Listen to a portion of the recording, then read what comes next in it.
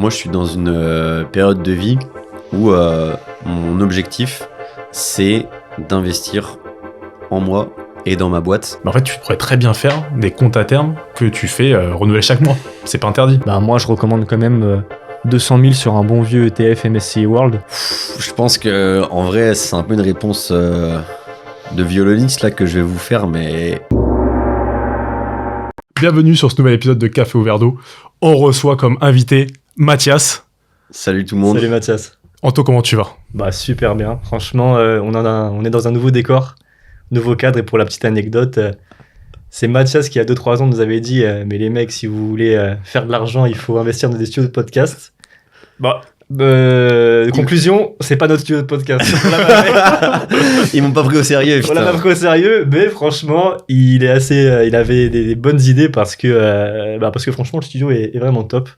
Donc aujourd'hui, effectivement, on reçoit Mathias. Mathias, c'est un de nos amis qu'on connaît. Alors moi, je le connais depuis 5-6 ans, mais toi, David, tu le connais depuis le lycée, ouais. Depuis le lycée, ouais. Depuis qu'on a 15-16 ans.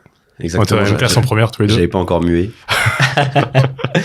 Et aujourd'hui, avec Mathias, on va parler de plein de choses. Mathias, c'est un entrepreneur qui a une boîte. Il va nous expliquer en quoi ça consiste, qu'est-ce qu'il fait exactement comme activité. Et puis, il va nous poser les questions qu'il a nous poser sur peut-être comment structurer sa boîte ou comment gérer la trésor, ce genre de choses. Mais ça, on va y venir petit à petit. Mais première question, Mathias. Je te laisse poser la question à Mathias. David. De base, la question, c'est café au verre d'eau. Eh ben, est-ce qu'il y a du café, David? Petite anecdote. Anthony a oublié les tasses à l'appart. Ah ouais, il faut un coupable. Il faut un coupable, il remet la faute sur les autres. Il les a oubliés. Lui, il fallait pas partir à la guerre avec lui. Hein. Ok, donc du coup... On a quand même des tasses. On a comme des tasses. Mais on a que de l'eau. Remercie Paris Podcast Studio pour les tasses d'ailleurs. Voilà. Mais bon, il y a que de l'eau, donc j'ai pas trop le choix. Allez, tu sais quoi, je vais dire de l'eau. Allez, pour te simplifier la tâche. C'est parti. Ça marche. On commence, Mathias, en te posant la question. Qu'est-ce que tu fais aujourd'hui ? Si je te dis, qu'est-ce que tu as fait ces derniers jours ? Qu'est-ce que tu fais dans la vie ? Qu'est-ce que tu peux me répondre ? Eh ben, c'est très sérieux cette intro, les gars. De base, on devait parler du jour de l'an. Ouais, c'est vrai. Je te rappelle. On a commencé en off en se tapant des grosses barres en se disant on va faire une intro décalée finalement. Très sérieux. Très sérieux. C'est David dit Marc Adrien. Mais qu'est-ce que tu fais on fait le carré. On fait pas de blague là, on parle plus de CR7 en intro, c'est fini ça. On peut parler de CR7 par contre. On parlera Coupe du Monde et pronostics si tu veux à la fin. Allez, à la fin. Mais du coup, pour répondre à tes questions, Anto, moi, ça fait 3 ans que j'ai monté ma boîte. Je fais de la stratégie créative, donc en gros des publicités sur les réseaux sociaux. Quand vous êtes en train de scroller sur TikTok, Insta dans votre feed, vous avez parfois des publicités sponsorisées qui apparaissent. Et en fait, moi, le rôle de ma boîte, c'est de penser et produire ces publicités pour que quand on les upload dans les campagnes des marques, elles fassent plus d'argent pour les marques que les pubs qui sont déjà en cours de diffusion. Ok, très clair. Et comment tu fais ? Est-ce que tu vas prendre des influenceurs ? Est-ce que c'est toi qui fais tout seul ? Ou alors est-ce que tu vas prendre des personnes assez lambda qui font des vidéos sur les réseaux sociaux de manière globale ? T'as plein de stratégies. Moi, si tu veux, j'ai en interne des équipes de créatifs stratégistes. Donc, c'est les gens qui vont analyser les résultats des campagnes, produire des idées de vidéos, des scripts. Et puis ensuite, côté production, tu as plein de solutions. On bosse par exemple avec des créateurs de contenu, UGC, donc qui sont des gens pas forcément connus, mais qui passent à la caméra en faisant des TikTok, des Reels. On peut bosser avec des influenceurs, on peut faire des tournages avec des acteurs, on peut faire aujourd'hui pas mal de concepts IA, des designs graphiques. C'est quand même assez varié. Qu'est-ce que c'est UGC ? Enfin, je sais pas si tu vois ce que c'est, Anto, mais peut-être il y a des personnes qui nous écoutent qui voient pas exactement je veux bien ça veut dire. Mathias nous... Mais Anto, tu vas nous expliquer, puisque t'as fait 2-3 tests UGC, non ? Ouais, effectivement, mais je te laisse expliquer, après je parlerai de mes tests. Il fait le timide. Non, UGC, ça veut dire User Generated Content. C'est en gros des gens qui savent créer du contenu sympa sur les réseaux sociaux, mais qui n'ont pas forcément de communauté. L'idée, c'est que tu les payes pour qu'ils reçoivent le produit chez eux, un peu comme des influenceurs. Sauf que la valeur que tu leur demandes, c'est de créer un contenu, donc un TikTok ou un Reels que toi, tu vas réutiliser en guise de publicité pour le compte d'une marque, peu importe en fait la communauté du créateur de contenu. C'est pour ça qu'en fait, tout le monde peut faire ça depuis chez soi. Donc on bosse avec pas mal de créateurs de contenu UGC comme ça. Ouais. Ça fait combien de temps que tu fais ça ? Ça fait 3 ans. Faut écouter quand je parle LOL. Ah, parce que punaise, ça, j'ai déjà lâché l'info. Ah là, mince. Tu veux que je te redise ce que je fais dans la vie ou... Là, mais comment t'en es arrivé à faire ça aujourd'hui? Tu peux nous résumer un peu ton parcours? Ouais, bien sûr. Alors en fait, moi, donc, à la base, après le lycée, j'ai fait une prépa aux grandes écoles de commerce. Et donc, une fois rentré en école, au bout de 6 mois, 1 an d'école, est arrivé le Covid. Et donc, c'est vrai que je suis passé d'une vie assez trépidante où, en fait, l'école, c'était la folie dans le sens où, tu sais, en école, tu as des systèmes d'association, donc le bureau des sports, j'étais à la fanfare, etc. Et donc, vie très animée, notamment socialement. Et puis, du jour au lendemain, tu te retrouves confiné, donc solo chez soi. Et là, au bout de 3 jours à rien faire, je me suis dit, OK, je peux pas continuer comme ça, il faut que je trouve quelque chose à faire. Et à l'époque, j'avais entendu parler de business en ligne. Donc, j'ai commencé en me lançant dans l'e-commerce. Donc, j'importais des produits de Chine, je les marketais et je les revendais. Ah, je me Et rappelle. puis, Je me finalement, rappelle de cette époque. eh oui, il y a C'est une dropshipping, petite... c'est ça, hein. il y a C'est exactement, bien ça. exactement. Ce mot qui est peut-être tabou aujourd'hui ou je ne sais pas, mais c'est bien ça. Exactement. D'ailleurs, on a des petites références communes avec Vico, le père de David, Ah oui, c'était qui se c'était la couette, c'était une couette. C'était Un une plaid, couette. Je vendais, un à plaid, un ouais. moment, je vendais une couette 50 balles et son père, il se foutait de sa il se foutait de ma gueule. Il allait, je sais plus, il allait chez Action. Ikea Ah, ou c'est chez parti Action. Chez Action, un truc comme ça. Et en fait, il avait un plaid XXL. Et il disait, mais regarde, moi j'achète 5 €, toi tu le vends 25. Des choses comme ça. Exactement. Avec l'accent portugais, putain. Bref, c'était rigolo. Et finalement, ce qui m'a le plus plu dans cet univers-là, c'est la partie marketing. Donc, comment, grâce à la publicité en ligne sur les réseaux sociaux notamment, tu peux vendre n'importe quoi à n'importe qui, tu vois. Vraiment, la plus grosse réalisation que j'ai eue à cette époque, c'est, attends, je suis tout seul en slip dans ma chambre, et là, en fait, je commence à vendre des produits à des gens qui me connaissent pas, tu vois. Et j'ai trouvé ça assez fou. Pour moi, finalement, c'est la compétence de la vente, comme pourrait l'avoir un commercial, mais sans barrière géographique ni temporelle. Enfin, il y a des fois où je me réveillais et j'avais déjà fait du chiffre d'affaires, quoi. C'était fou. Et donc, finalement, ça s'est un peu cassé la gueule parce que j'avais clairement pas les épaules pour construire un vrai business à cette époque-là, mais ça a quand même été un premier pas dans l'entrepreneuriat. Et en fait, donc, quand tu runs un e-commerce, il y a pas mal de choses à faire. Tu as le marketing, la logistique, le service client, etc. Et moi, la partie marketing m'a pas mal passionné. Et donc, j'ai commencé à enchaîner les stages. Je suis parti à Londres dans un petit cabinet d'asset management pour gérer toute la partie grosse, donc la partie croissance.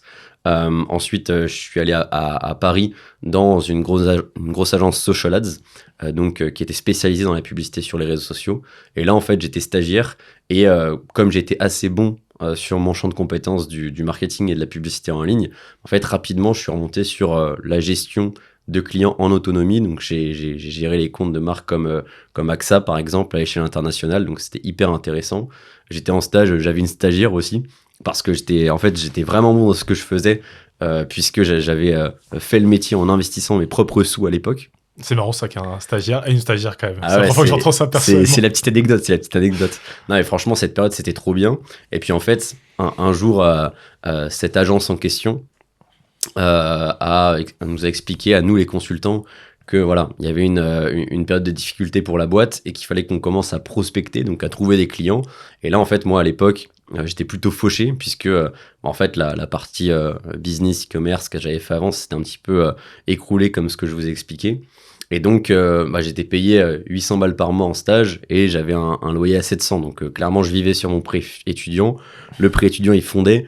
Et donc, il fallait que je trouve des solutions pour faire de l'argent. Et comme j'avais déjà eu une première expérience entrepreneuriale, je savais que c'était possible de développer en fait une activité en ligne et de s'en sortir comme ça. Et donc, quand j'ai compris que l'agence dans laquelle je bossais en stage nous demandait de trouver des clients pour son compte, en fait, je me suis effectivement mis à trouver des clients, mais pour moi. Et c'est là qu'en parallèle de mon stage, j'ai commencé à développer une activité de prestation de services où en fait, je gérais les publicités en ligne des marques que je démarchais. Et donc, c'est 2020, 2021 Ça, c'est 2022. 2022. 2022, ça, c'est 2022. Il avait commencé déjà à Albufeira. Exactement. commencé par ça, à Albufeira déjà. Exactement. On était partis en vacances à Albufeira et entre 2 soirées et 2 couchers à 7h du mat, je faisais des petits calls à 9h. C'était rigolo. Il avait commencé par là. Et donc au début, j'étais freelance. L'idée du freelance, c'est que tu es consultant indépendant, donc tu es en micro-entreprise Et les boîtes pour lesquelles tu travailles te missionnent à hauteur de projets ou de jours par semaine. Et en fait, quand tu es en freelance et que ça commence à bien marcher pour toi, tu as un peu 2 schémas dans lesquels tu peux te retrouver. Le premier schéma, c'est en fait, tu as un bon freelance, tu as de la demande. Et donc, ton objectif, ça va être de vendre ton temps, mais le vendre le plus cher possible. Et donc, moi, j'ai plein de potes qui sont freelance, qui font leur 10, 12, 15 cas par mois en travaillant une demi-journée par jour, tu vois, et qui font du surf à Bali, en Thaïlande, enfin, ils kiffent leur meilleure vie. Et ensuite, tu as la deuxième option qui est On a celle fait de... du surf à Bali aussi cet été, mais la différence, c'est qu'on fait pas 10, 15 cas en travaillant une demi-journée. On a pas comme avec eux, moi. Pas encore, Pas les gars. encore, pas Attendez, encore. il faut croire en Work soi. in progress. Voilà, work in progress, exactement. On parlera un petit peu de D'ailleurs, la chaîne YouTube, exactement. Ah, c'est lui qui fait le podcast. En fait. Exactement. En troisième partie, Non, on mais fera ça. je peux vous expliquer mindset, à mindset. nos auditeurs la situation, c'est qu'ils sont arrivés en n'ayant quasiment rien préparé et j'arrive en salle d'attente et ils me disent bah ça va surtout être toi qui va beaucoup parler. Donc là je meuble comme je peux. Ah, il est taquin, Il faut savoir que notre Mathias, c'est la invité. définition du culot. Hein. Je mettrai ça en intro, j'aime bien. J'aime bien. Mais ce que je disais c'est que du coup voilà, quand t'es freelance, soit tu t'en profites pour valoriser ton temps de manière intéressante et vivre ta meilleure vie, soit tu te dis ok bah je vais accepter de moins gagner pour structurer une agence. Et donc l'idée c'est que bah tu trouves des gens pour délivrer à ta place. Le but étant que bah ouais, à court terme tu gagnes moins d'argent que le freelance qui continue à délivrer lui-même, mais par contre tu construis une boîte, c'est-à-dire un asset qui à terme dans l'idée tourne sans toi et est valorisable. Et c'est finalement cette deuxième piste-là que j'ai envisagée. Et donc là, voilà, ça fait 3 ans que j'ai monté l'agence. Il y a pas mal de rebondissements, on pourra en reparler. Mais ouais, ça, c'était un peu le parcours en rapide. Ok, bah, c'est super intéressant. Et l'UGC, ça fonctionne toujours parce que justement, bah, tout à l'heure, tu me taquinais en disant oui, tu as voulu essayer, etc. Effectivement, bah, moi, je fais aussi un petit peu de création de contenu à titre individuel où je partage des vidéos sur l'éducation financière, comment mieux gérer son argent, comment investir, etc. Mais donc, je touche un petit peu à tout ce qui va être montage, création de contenu, à mon petit niveau, mais quand même. Donc j'avais effectivement essayé de faire 2-3 vidéos UGC pour voir ce que ça donnait. Mais ça, c'était, je pense, en 2022, peut-être 2023. Aujourd'hui, on est en 2026. Est-ce que l'UGC, ça a toujours une hype ou peut-être même d'ailleurs une hype plus importante ou alors ça baisse, ça stagne qu'est-ce que tu en penses? Ouais, alors l'UGC aujourd'hui, en fait, si tu veux, moi, je pense que tu me poses la question parce que quand j'ai lancé mon agence, en fait, moi, je me suis positionné sur le créneau de l'UGC. Parce qu'en 2022, en fait, le fait de demander à des gens peu connus de faire du contenu un peu en mode influenceur, alors que c'était pas des influenceurs, c'est quelque chose qui était assez novateur. Ouais. C'était justement des techniques de dropshipper. Et ça cartonnait, en fait, c'était super rentable, sauf que les marques plus institutionnelles n'utilisaient pas du tout ce type de contenu parce que c'était un peu vu comme du contenu cracra, tu vois. Bas de gamme. Bas de gamme, exactement. Et donc, moi, ma proposition de valeur, ça a été de dire, ouais, c'est peut-être du contenu bas de gamme, mais regardez les chiffres qu'il y a en face. Et donc, j'ai commencé à monter une agence dont l'objectif était de mettre en relation des créateurs de contenu, UGC du coup, avec des marques pour produire ce type de contenu et permettre aux marques un certain niveau de rentabilité. Et en fait, ça a bien cartonné. Le seul truc, c'est qu'aujourd'hui, il y a une grosse évolution C'est ça. sur le marché de la publicité en ligne. Et Ouais. aujourd'hui, c'est plus vraiment un défi pour les marques de produire de l'UGC comme ça l'était avant, puisque quand moi j'ai commencé, en fait, le terme de créateur UGC, il n'existait pas du tout. Il venait d'arriver, ou il était même pas nominé, entre guillemets, la définition C'est du exactement. Peut-être UGC, des États-Unis, ça vient des États-Unis de base. Ouais, exactement. En exactement. général, tout vient des États-Unis Ouais. De manière générale. Tout ce qui est justement C'est important e-commerce, en France, marketing en ligne, etc. C'est vrai que les États-Unis, on dit qu'ils ont toujours 1 à 2 ans d'avance par rapport à l'Europe. Ça, Exactement, tu le confirmes. Ouais, franchement, je le confirme. D'ailleurs, côté business, un bon tip que je peux donner pour les gens qui souhaitent entreprendre ou monter leur projet, c'est de regarder ce qui se fait aux US et de le lancer 2-3 ans après en France, ou alors au même moment. D'anticiper.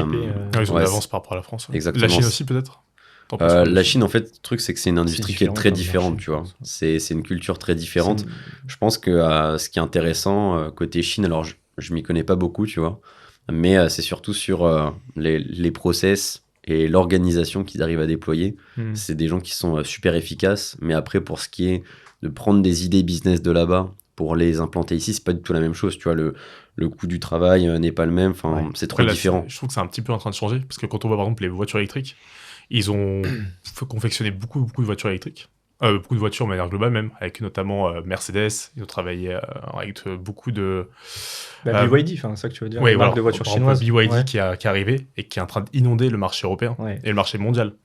Donc, pour le coup, la Chine est en train de changer. Ou même quand on voit un petit peu les téléphones, avant, ils étaient en train de confectionner les Apple, ce qu'ils font toujours d'ailleurs, mais aujourd'hui, ils ont des marques aussi, très clairement, Ouais, c'est et la clair. téléphonie. Après, c'est un peu différent, c'est pas vraiment... Enfin, je suis d'accord avec toi, hein, que je pense que le marché, il évolue, et même peut-être que la Chine, ça a une meilleure presse, ou alors que, je veux dire, les produits sont peut-être de meilleure qualité, etc. C'est moins considéré comme des produits bas de gamme. Mais là, c'est un peu différent dans ton business à toi. C'est Parce que différent. oui. Là, en c'est- fait, business, oui. c'est pas de... Toi, c'est vraiment plus de la... C'est du tertiaire, en fait. C'est du service. Donc, alors que sur tout ce qui est industrie, ok, la Chine, oui, je pense qu'on peut s'en inspirer, mais sur le tertiaire, c'est un peu différent. c'est du tertiaire et aussi, moi, tu vois, là, quand je partage ce truc de regardez ce qui se fait aux US et lancez-le en Europe, c'est dans le cadre, là, je parle à quelqu'un, tu vois, un peu comme moi, comme nous, qui voudrait lancer ce qu'on appelle un business bootstrap. Bootstrap, c'est-à-dire en partant de zéro. Après, tu vois, dans le cadre de l'industrie automobile ou C'est à une autre téléphonique, échelle, tu c'est à une autre échelle. tu lances pas ça de zéro, tu vois. bien Ouais. sûr, C'est pas du tout la même chose. Donc, ouais, mais pour revenir du coup à l'idée de l'UGC, en fait, si tu veux, aujourd'hui, le défi pour les marques, c'est plus du tout de produire du contenu UGC, comme ça l'était à l'époque, mais c'est d'aller mettre en place des stratégies de réflexion de contenu et de production de contenu en volume. C'est ce qu'on appelle la Performance Creative Strategy. Et c'est là-dessus que moi j'ai évolué. Tu vois, à la base, j'avais vraiment une proposition de valeur centrée autour de la production de contenu UGC.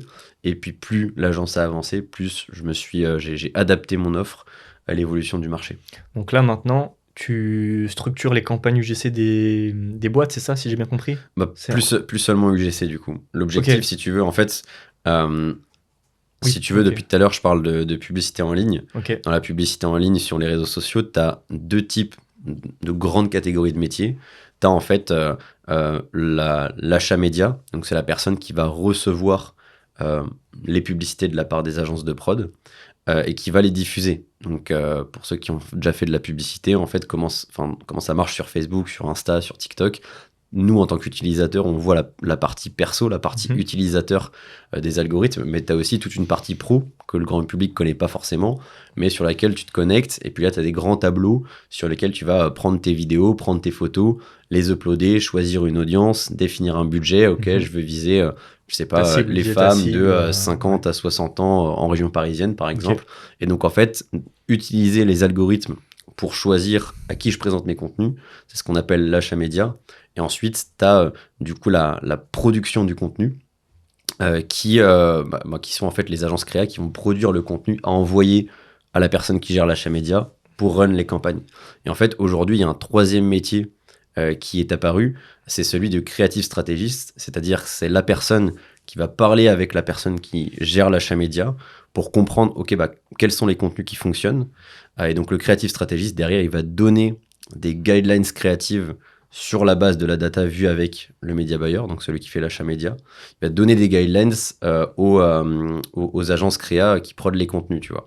Et donc, en fait, ce nouveau métier qui fait le lien entre les gens qui font les contenus, les gens qui diffusent le contenu, c'est l'expertise sur laquelle moi, je me suis concentré maintenant avec l'évolution du marché. Est-ce que tu peux citer 2-3 marques à qui tu travailles aujourd'hui? Ouais, carrément, on travaille.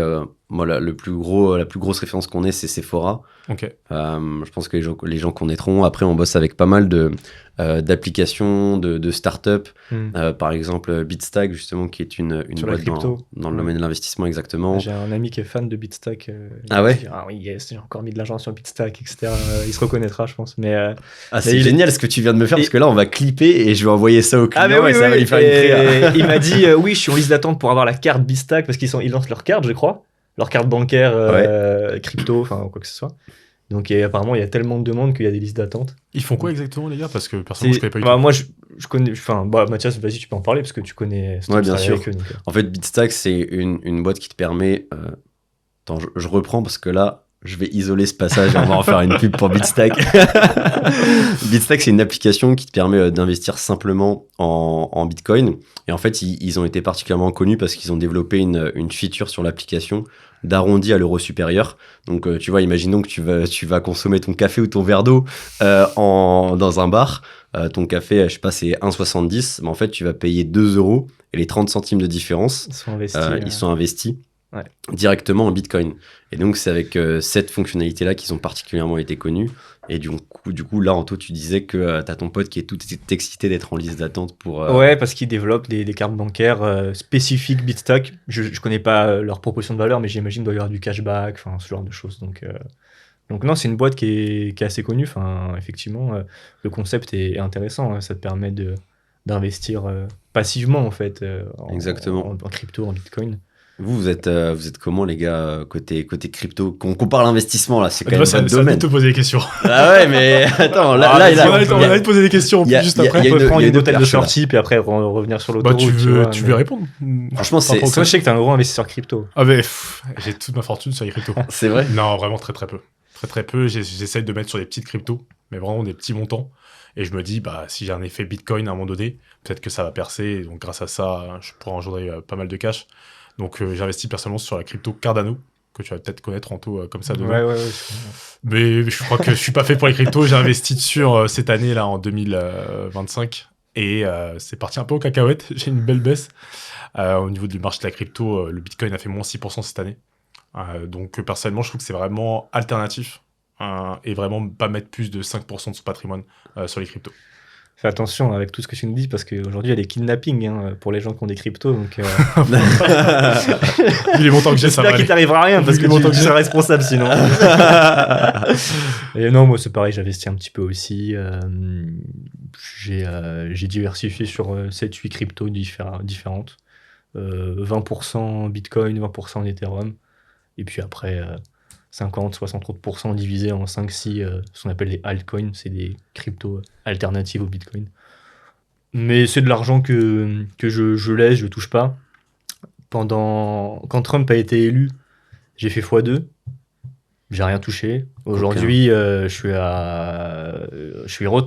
perdu mon x2 et j'ai perdu 30%. Donc j'ai bien une belle fluctuation entre quand Trump est arrivé et puis aujourd'hui. Après, je regardais, ça remonte un petit peu là depuis 2 jours. Bon. Donc t'es vraiment en mode DCA, quoi. Même pas. J'ai investi 2-3 mois. J'ai investi en gros fin 2024, début 2025 et j'ai pu toucher. J'ai rechargé 2-3 fois, mais pas beaucoup plus. Et non, je crois que j'ai commencé à investir même début 2024. En gros, j'ai investi pendant toute l'année 2024 et maintenant, j'y touche plus parce que, je ne réinvestis plus parce que, en fait, comme disait David, je considère que j'ai déjà mis une part assez importante. Moi, je pense à 10% de mon patrimoine. C'est déjà assez conséquent et j'ai pas envie de recharger davantage. Donc après, parce qu'après, j'ai d'autres projets à côté et je préfère garder des liquidités pour d'autres projets futurs. Tu veux en parler ou c'est pas le moment? C'est quand même le lieu et l'endroit, j'ai envie de dire. On est sur un podcast. On va pas en parler. Aujourd'hui, on interviewe Mathias. Ouais, c'est on vrai. en parlera dans le prochain épisode. Dans 3 mois, quand on verra ça. Après, les gars, on a 1h30. Hein. Moi, je veux bien, ça m'intéresse. Regarde, moi, je suis là pour prendre des conseils aussi. Ouais, franchement, il y a officiel. C'est un projet secret. Non, c'est un projet. Non, en plus, c'est rien de tabou. Hein. C'est juste un projet immobilier. Donc, pour un projet immobilier, il faut avoir un peu de cash pour tout ce qui est apport personnel. Donc, pour l'instant, comme c'est un projet qui pourrait se concrétiser dans les prochains mois, je vais d'abord laisser passer ce projet-là et ensuite on verra ce qu'il en est. Et un truc intéressant, donc là tu es en train de mettre de côté un maximum, j'imagine, pour avoir un apport. Et tu fais quoi de la somme que tu mets de côté? Est-ce qu'elle est placée et ensuite tu la sortiras au moment venu, ou comment tu gères ça? En fait, t'as raison, je mets de côté, oui, je mets tous les mois de côté de toute façon. Après, ce pourquoi j'investis plus en crypto, c'est, on va dire, à 70% parce que je considère que j'ai déjà beaucoup investi, et à 30% parce que je préfère garder de l'argent plus facilement disponible. Comme là, je suis en moins-value sur les cryptos, j'ai pas envie de devoir retirer de l'argent et du coup retirer de l'argent entre guillemets à perte. Je préfère investir sur d'autres classes d'actifs, donc soit ça va être sur un PEA, donc sur des actions. Je peux aussi perdre de l'argent là-dessus, mais entre guillemets, c'est moins volatile que la crypto quand même. Et après, en fait, mon apport pour le projet immobilier, il est déjà constitué. En réalité, je mets plus vraiment d'argent de côté pour ce projet-là, mais je mets de l'argent de côté pour, lorsque je vais sortir le cash pour le projet immobilier, entre guillemets, réavoir de l'épargne assez rapidement et pas avoir besoin, pas être en stress en termes d'épargne. Mais pour répondre à ta question, l'apport pour mon projet immobilier, à quasiment 100%, il vient de ce qu'on appelle le déplacement déplacement d'épargne salariale, déplacement de plan d'épargne d'entreprise, que je suis en alternance. Enfin, j'ai fait toute ma scolarité en alternance dans des banques, et aujourd'hui je travaille aussi dans le secteur bancaire. Et c'est un secteur où il y a des primes d'intéressement et participation relativement intéressantes. Et depuis 7-8 ans, en fait, si tu veux, tous les ans, tu as le choix de soit débloquer ces primes et de les utiliser pour ce que tu souhaites. Mais l'inconvénient, c'est que tu es imposé sur ce que tu débloques. Pour quelqu'un, par exemple, comme toi, qui en parallèle développe des business, ça peut être intéressant de débloquer ce cash-là pour le réinvestir dans un business. Moi, en l'occurrence, j'ai pas de business probant en parallèle. Donc, je me disais, non, cet argent-là, je le place. Et quand tu le places, en plus de pas avoir d'impôt, tu as ce qu'on appelle un abondement. En gros, c'est un bonus que te donne l'entreprise pour te récompenser de placer l'argent dans l'entreprise. Et en gros, cet abondement, pareil, dans le secteur bancaire, il est quand même intéressant. Pour te donner un exemple, admettons que tu places 5 000 euros, ça va dépendre, mais tu peux avoir environ 2 000 euros d'abondement. Donc en gros, un bonus en plus de 2 000 euros. Et donc ça, mis bout à bout, depuis 7-8 ans, ça fait que sur mes placements d'épargne salariale, j'ai plus de 50 000 euros là-dessus. Ah, ça peut aller très vite, ouais. Et donc... Tu dis pas ça trop fort, tu vas te faire enlever, toi. Tant pis. Un peu de Tant café pis. au verre d'eau. Et, Je reprendrai le flambeau, les gars, vous inquiétez et pas. du coup, lorsque tu achètes un bien immobilier, notamment une résidence principale, tu peux débloquer cet argent-là sans payer d'impôts, en fait. Enfin, tu as des prélèvements sociaux, mais en gros, tu as beaucoup moins d'impôts que si tu débloques lorsque tu perçois ta prime. Donc voilà, pour répondre à ta question. Ok. D'ailleurs, ça fait tu parles de prélèvements sociaux. Je sais pas si vous avez vu l'actualité, les gars, par rapport au changement par rapport à 2025 et 2026. En fait, de base, les prélèvements sociaux, ils étaient de 17,2%. Et là, sur certains placements, ça va passer à 18,6%. Donc, il y a une augmentation. Je sais pas si l'épargne salariale est concernée. Je pense pas. Je Je sais que le PEA est concerné. Le PEA est concerné. Les dividendes d'entreprise sont concernés également. Donc toi, ça peut te concerner à ce niveau-là. Je sais pas si tu as suivi un peu. Et je crois que alors si je dis pas d'annerie, ça va être sur l'assurance vie où c'est pas concerné. Ouais. Également le plan d'épargne retraite où c'est pas concerné aussi. Donc, après, et je crois les loyers, tu sais les loyers que tu perçois en fait Okay. si t'as un logement nu sont pas concernés aussi. Par contre sur le plan d'épargne d'entreprise, sauf à ma part, je crois que c'est j'espère pas, je pense pas. Après, si c'est le cas, ce serait vraiment. Déjà, je trouve que c'est une loi qui est stupide, mais ce sera encore plus stupide. Ça, ouais, c'est encore un autre débat. Mais bon, après, je trouve qu'on nivelle un peu vers le bas. Mais bon, peu importe. On peut en parler si tu veux d'ailleurs, parce que. Si tu veux, ouais. Au lieu de parler. Ce que fait l'État depuis des années, c'est de augmenter la fiscalité des Français au lieu de réduire les dépenses. Donc, on ne réduit pas et en fait, tout le monde. On tape sur un peu sur tout le monde. Donc, que ce soit les riches, les moins riches au final, puisque on tout le tape monde surtout, est concerné je trouve, sur par les placements. Je suis d'accord. On tape sur les gens qui essayent de mettre un peu d'argent de côté et de sortir un peu tu vois, qui essaient un peu d'élever leur niveau de vie en faisant attention à comment ils gèrent leur argent. Et au final, les gens qui sont impactés, c'est les classes moyennes. Mais les classes moyennes qui essayent justement d'investir, de voir comment est-ce qu'elles peuvent augmenter leur niveau de vie. Et on va dire les CSP+, les classes aisées. Mais par contre, les top 100 patrimoine français, les Bernard Arnault et compagnie, eux, ils en ont que faire de ces réformes fiscales-là, parce que de toute façon, ils ont déjà tellement d'optimisation à travers plein de processus différents que t'augmentes les prélèvements sociaux. Ok, peut-être qu'il y a des gens qui sont contents, ils vont dire « Ah oui, c'est bien, on taxe Bernard Arnault. » Il en a rien à faire, Bernard Arnault. Au contraire, on taxe le français moyen plus, ce que je me considère dans cette tranche-là, peut-être toi aussi, qui essaye un peu d'optimiser en fait ses finances. Ouais, le seul changement, on va dire, pour les patrimoines type Bernard Arnault, c'est que les holdings vont être taxés désormais aussi. Ouais, Généralement, La classe moyenne peut détenir, bien sûr, des holdings, mais on pense souvent au patrimoine plus qui vont en détenir. Et c'est surtout ça, quoi. Donc il y a quand même des changements. Et également, les personnes qui vont gagner plus de 250 000 euros pour une personne seule, 500 000 pour un couple, vont payer plus d'imposition, puisqu'on va avoir un taux vraiment de 20% pour ces personnes. Il y a des changements qui ont été mis en place de ce type. Et donc Mathias, après si on retourne sur tes projets à toi, donc là aujourd'hui tu as ta boîte depuis 3 ans environ, c'est ça? Tu as des salariés dans ta boîte? Non, j'ai pas de salariés, je prends que des freelances. C'est des freelances? Tu as peut-être Exactement. eu avant des salariés et Ouais, aujourd'hui plus? Ouais, exactement, c'est ça. Ok. C'est ça. J'ai eu des salariés. Pourquoi est-ce que je m'entoure maintenant de freelance? Parce que je trouve qu'en fait, tu vois, les freelances, en fait, pour s'en sortir et pour être bons, ont dû développer une compétence super poussée dans leur domaine. Tu vois, ils ont dû sortir de leur zone de confort et c'est cette compétence-là que moi je viens chercher. Donc, ça implique du coup d'avoir des gens qui sont là à temps partiel ou au projet. Mais moi, je préfère avoir des gens excellents qui sont là, tu vois, à temps partiel, plutôt que d'avoir des gens moyens tout le temps. Bon, après, je fais pas une généralité, hein. C'est pas parce que t'es en CDI que t'es moyen, c'est plus, tu vois, c'est un truc que j'ai remarqué dans mon secteur. Et puis aussi, le deuxième sujet, c'est que c'est vrai que le statut de salarié pour un employeur, c'est quand même un statut qui est assez inflexible, tu vois.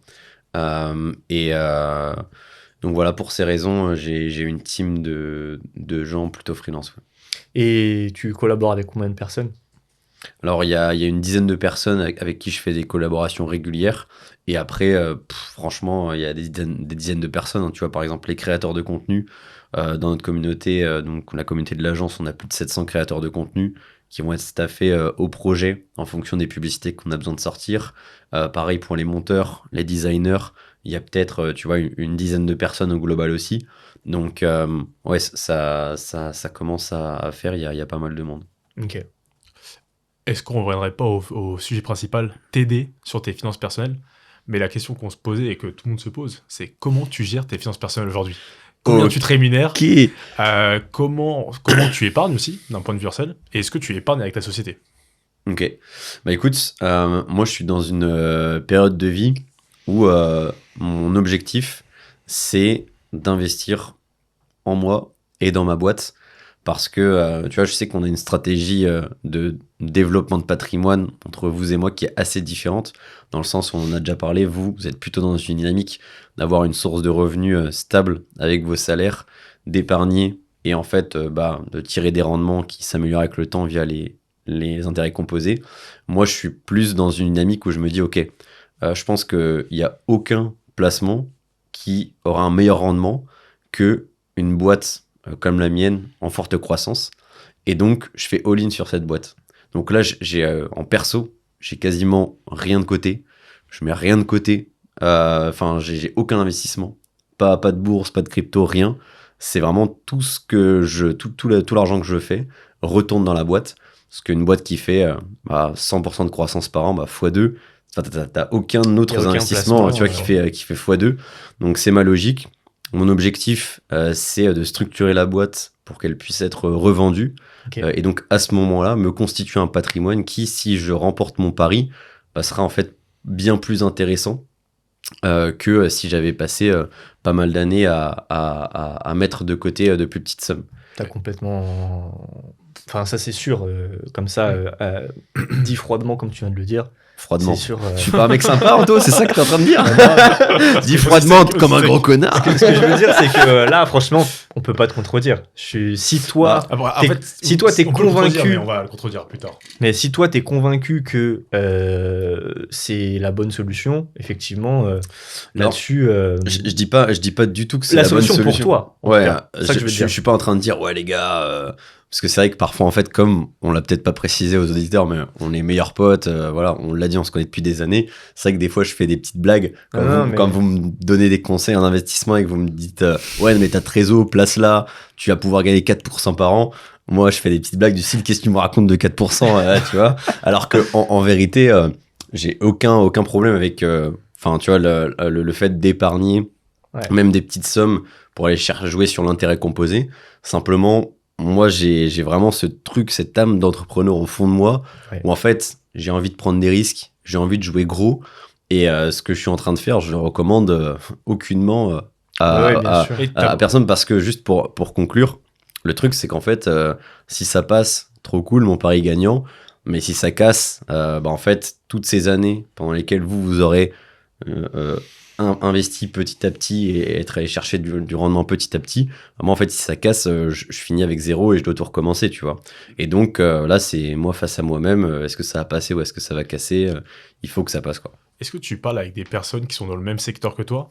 Est-ce que eux, elles diversifient ou elles font comme toi, elles font comme tu dis all-in dans l'entreprise? Qu'est-ce qu'elles font? Ce que je remarque dans les entrepreneurs qui m'entourent et qui sont peut-être un petit peu plus avancés, c'est que c'est des gens qui vont souvent investir dans l'IMO. Tu vois, donc c'est des gens qui vont avoir un bien, deux biens, mais plus, tu vois, pour l'idée selon laquelle l'IMO, c'est un peu un bon compromis entre le kiff d'avoir un appart, souvent c'est à l'international, il y en a qui achètent à Dubaï, à Bali, etc. Donc pour le kiff d'avoir des apparts à l'international, croisés à l'utilité du rendement, tu vois. Et puis après, bien sûr, j'ai pas mal de potes qui investissent en crypto, qui diversifient en ETF, etc. Mais c'est plus des gens qui sont davantage avancés et qui ont une Ok. situation, on va dire que si tu veux, moi j'en suis à un point où j'ai une boîte qui est en croissance, qui est stable, mais en fait, toute la trésorerie, pour l'instant, je la réinvestis dans la boîte et j'en suis pas encore arrivé au moment où je peux me sortir des dividendes super intéressants qui me permettent de faire de gros investissements, tu vois. Donc c'est pour ça que là je suis dans cette phase où je fais all-in sur la boîte. Et tout à l'heure, tu disais que ton objectif, c'est de revendre la boîte à terme. Pourquoi tu souhaites revendre ta boîte? On va dire qu'il y a plusieurs scénarios en fait pour la suite de mon projet. L'idée, si tu veux, l'idée de structurer une boîte pour qu'elle soit revendable. C'est qu'en fait, pour revendre une boîte, tu es obligé d'avoir une boîte qui est nickel, tu vois. Tu dois faire de la croissance, tu dois avoir un niveau de rentabilité intéressant, tu dois avoir des process, un contrôle sur ta data, une bonne équipe, un portefeuille client stable, du revenu récurrent. Et en fait, que tu veuilles revendre ou pas, c'est des métriques qui sont cool à avoir, tu vois. C'est-à-dire que même si demain, en fait, moi, j'atteins ce stade où ma boîte a l'air vendable et que finalement, j'ai pas envie de revendre, trop bien, en fait, je reste Ta boîte, elle est carrée de dans base une et- boîte qui est carrée, qui croît, qui est stable. Donc, en fait, je vise la revente, non pas pour me dire, je vais revendre à tout prix, mais pour pouvoir, en fait, avoir comme ligne de mire Ok. la structuration d'une boîte revendable, parce que je pense que c'est la meilleure façon de structurer une boîte, quoi. Ouais, je comprends tout à fait. Ouais, tu te dis, on verra ce qu'il advient, peu importe, mais dans toute façon, si je souhaite potentiellement revendre ma boîte, il faut que tout soit carré, et dans tous les cas, même si tu la revends pas, le fait d'être carré, ça a certainement contribué, et ça contribuera au développement de ta boîte dans les prochaines années. Exactement, en fait, c'est comme une maison. C'est comme acheter une maison en se disant, bon, je vais la retaper, je vais la mettre au max pour pouvoir la revendre. Et en fait, si je trouve que tu es bien dans ta maison une fois qu'elle est au max, t'y restes, en fait. C'est banco. Ouais, je suis d'accord. Exactement, Ok. c'est ça. Parce qu'aujourd'hui, à quel niveau t'estimes ton éducation financière, ton niveau sur les finances, sur la fiscalité, ce genre de choses, où tu te situes selon toi? Surtout alors, je pense d'un point de vue entreprise, entrepreneuriat, même ce que tu as cité, la croissance, je pense que là, tu as eu beaucoup d'informations. Mais sinon, tu te situes où selon toi? C'est une question qui est compliquée. Enfin, je sais pas trop comment, par exemple, toi, comment tu te situes. Tu vois, c'est difficile à répondre en C'est vrai. pas ce que tu veux dire, ouais. Ouais. T'as une idée plus précise de ce que tu veux que je partage là-dessus ou pas? Parce que le niveau sur la fiscalité et l'entrepreneuriat, en vrai, c'est dur de dire j'ai ce niveau-là, tu vois. On n'est pas sur FIFA, Parce que Loli. par exemple, si je te dis c'est quoi le taux d'intérêt d'un livret A, tu pourrais me le dire comme ça? Ouais, c'est à 0,75%. Je pense qu'ils sont fous. Tu vois, c'est ce genre de choses, tu vois, comment on se situe. Non, non, Ouais, en mais fait, tu vois. comme il n'est pas dans ce mindset-là, enfin, je réponds à sa place, mais je pense qu'il ne me contredira pas. Peu importe que le livret A il soit à 0,7 ou à 2%, C'était 1,7 pour la bonne réponse. C'était 1,7. Pardon, excusez-moi, monsieur. Mais, Non, mais là, tu il a te moques été un peu. dans Mais son après, En fait, ouais, ouais. ça, c'est exactement ça ce que tu dis, Anto. C'est-à-dire que tout à l'heure, David, vous avez rapidement échangé sur l'évolution voilà, des charges sociales, les impôts, etc. Moi, en fait, j'ai pas du tout la même logique. C'est-à-dire que, en fait, on est dans un game en France où, en fait, t'as un organisme exogène qui fait les règles du jeu, c'est l'État. Et après, toi, en tant que joueur, tu ne peux que subir ces règles, quelles qu'elles soient, tu vois. Et donc, demain, les impôts, il faut x2. Moi, il faut que je fasse x4 sur le chiffre que je fais rentrer, tu vois. Je C'est suis vrai. pas du tout dans une dynamique de me dire ah mince, les impôts vont encore augmenter, etc. Je suis plus en mode bon de toute façon voilà, c'est le jeu, j'ai une boîte qui est en France, je sais ce qu'il en ressort.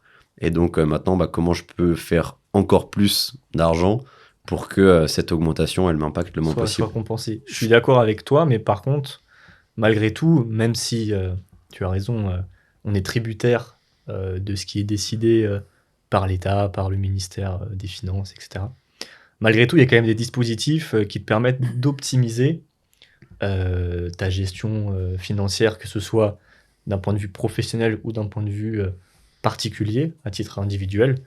Et c'est vrai que des fois, on a des débats, je me rappelle, on était à Vienne, dans la Ouais, piscine, ça intéresse piscine toujours, à bulles, il y a là, pas si longtemps, en plus, hein. Le petit jacuzzi.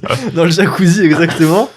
Et on te parlait de... David, c'est son cheval de bataille, tout ce qui est compte à terme, etc., notamment sur la placement de trésorerie d'entreprise.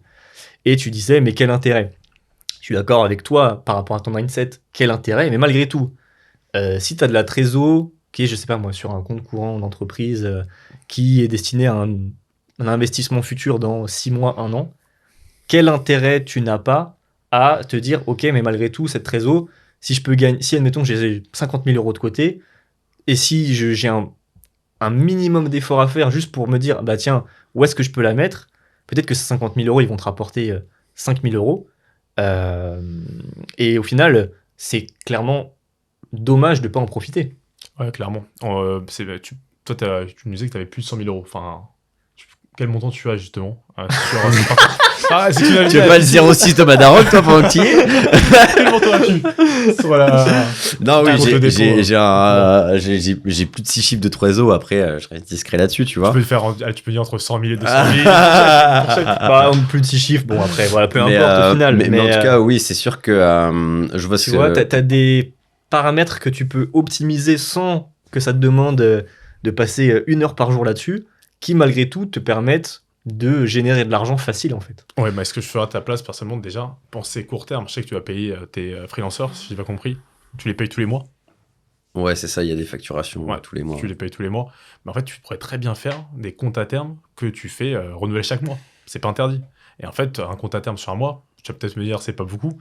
Aujourd'hui, ça doit être entre 2 et 2,5%. Mais en faisant 2,5% chaque mois, mine de rien, à la fin de l'année, ça fait pas mal Ça fait d'intérêt. beaucoup de pourcents, quoi. Ouais, c'est beaucoup de... Non mais Ça des fait pas pourcents mal. gratuits en fait. Ça, Mais t'as rien à faire. T'as pas besoin de faire Tu peux de renouveler travailler automatiquement. dessus. Et si t'as besoin, tu peux Ouais, Et donc reprendre l'argent au pire ça des cas. marcherait comment? Par exemple, moi, j'ai ma trésor sur mon compte courant et je fais quoi si je veux placer une partie de la trésor sur un compte à terme? Bah en fait, tu demandes en fait à la banque où tu as ouvert ton entreprise, ou alors tu demandes à un autre partenaire, un autre établissement, bien entendu.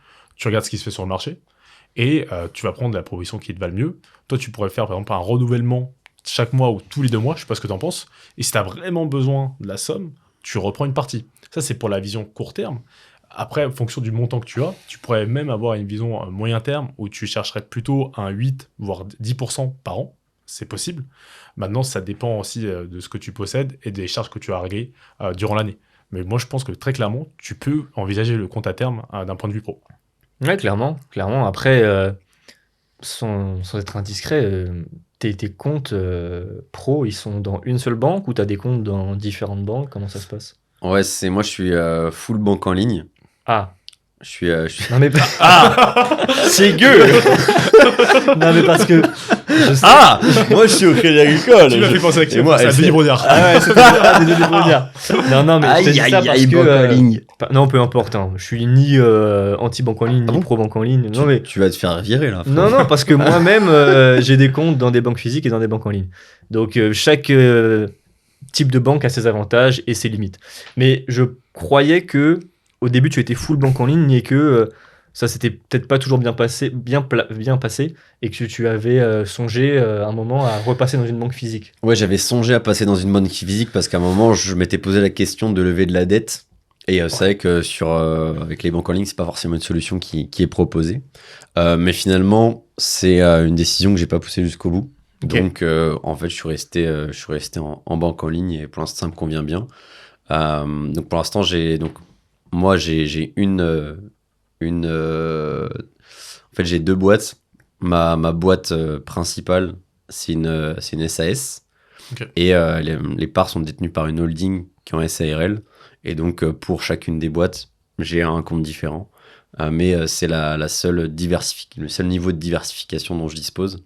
Après, ouais, ça peut être intéressant de diversifier les banques, de diversifier les comptes pour aller chercher du rendement, comme ce que t'expliquais, David. Je pense qu'il y a aussi une notion, en tant qu'entrepreneur, tu vois, tu as tellement de choses à gérer au quotidien que le moindre sujet, un peu bonus, qui te prend de la charge mentale, bah en fait, tu vas tirer un trait dessus parce que de la charge mentale, t'en as déjà tellement. Et moi, tu vois, quand tu me parles de, comparer les offres sur le marché, déplacer ma trésor d'un compte à l'autre, faire des micmacs pour rebouger l'argent si jamais j'en ai besoin, rien que ça me fait mal à la tête. Et je sais que, tu vois, si je dois mettre de l'espace mental quelque part, bah, ce sera sur des actions à plus gros levier. Oui. Mais après, peut-être que vous allez me dire qu'il existe des solutions que je ne connais pas et qui me permettent de me délester de la charge mentale. Je peux rebondir, ouais, et après je te laisse la parole. Mais... Il nous fait rebondir là. C'est dur de rester en place. Non. Mais dans le fond, je comprends tout à fait ton raisonnement. Tu n'as pas envie de mettre de charge mentale là-dedans. Ma question, c'est pour ton compte en banque en ligne, je te laisse boire ta gorgée d'eau. Tu as un conseiller attitré ou tu as déjà eu à échanger avec quelqu'un ou c'est complètement toi qui gères tout? Non, c'est moi qui gère tout. Ok. Et bah là, c'est peut-être une limite, sans taper sur les banques en ligne, de ce type de banque. C'est que je pense qu'en banque physique, si tu avais un compte courant avec 100 000 euros dessus, si un conseiller ne t'appelle pas pour te dire bonjour Mathias, ces 100 000 euros, est-ce que vous souhaitez qu'on les optimise? C'est que c'est un mauvais conseiller. Ce qu'il y a, c'est qu'en banque en ligne, il n'y a pas de ce type d'accompagnement parce que forcément, la prestation fait que tu ne payes pas de conseiller. Donc effectivement, peut-être que tu vas avoir moins de frais de tenue de compte, ce genre de choses. Mais par contre, tu vois, une de ces limites, c'est que normalement, franchement, moi je travaille en banque, je ne gère pas les professionnels, mais j'ai déjà eu affaire à quelques petits rendez-vous. Placer de la trésor sur des comptes, comme expliquait David, que ce soit pour du client particulier ou du client professionnel, ça se fait en 10 minutes. Hein. Et c'est super simple à faire. Et toi, c'est complètement indolore. À part signer le document sur ton espace en ligne, tu n'as même pas besoin de te déplacer à l'agence. Tu vois. Et le fait que effectivement tous tes comptes soient dans une banque en ligne, peut-être que tu t'es jamais posé la question, mais tu t'es jamais posé la question parce que aucune personne externe t'a démarché pour ce type de solution, à part David et moi. Et donc, si tu avais un compte dans une banque physique, peut-être que tu aurais pu optimiser ça sans avoir de charge mentale, en fait. Donc voilà, c'est une remarque que je voulais poser là-dessus. C'est une des façons de faire, excuse-moi. Mais aussi, tu as la possibilité, je sais que tu vas avoir des professionnels comme t'as un expert comptable, notamment. Bah, pourquoi pas aussi un conseiller en gestion de patrimoine?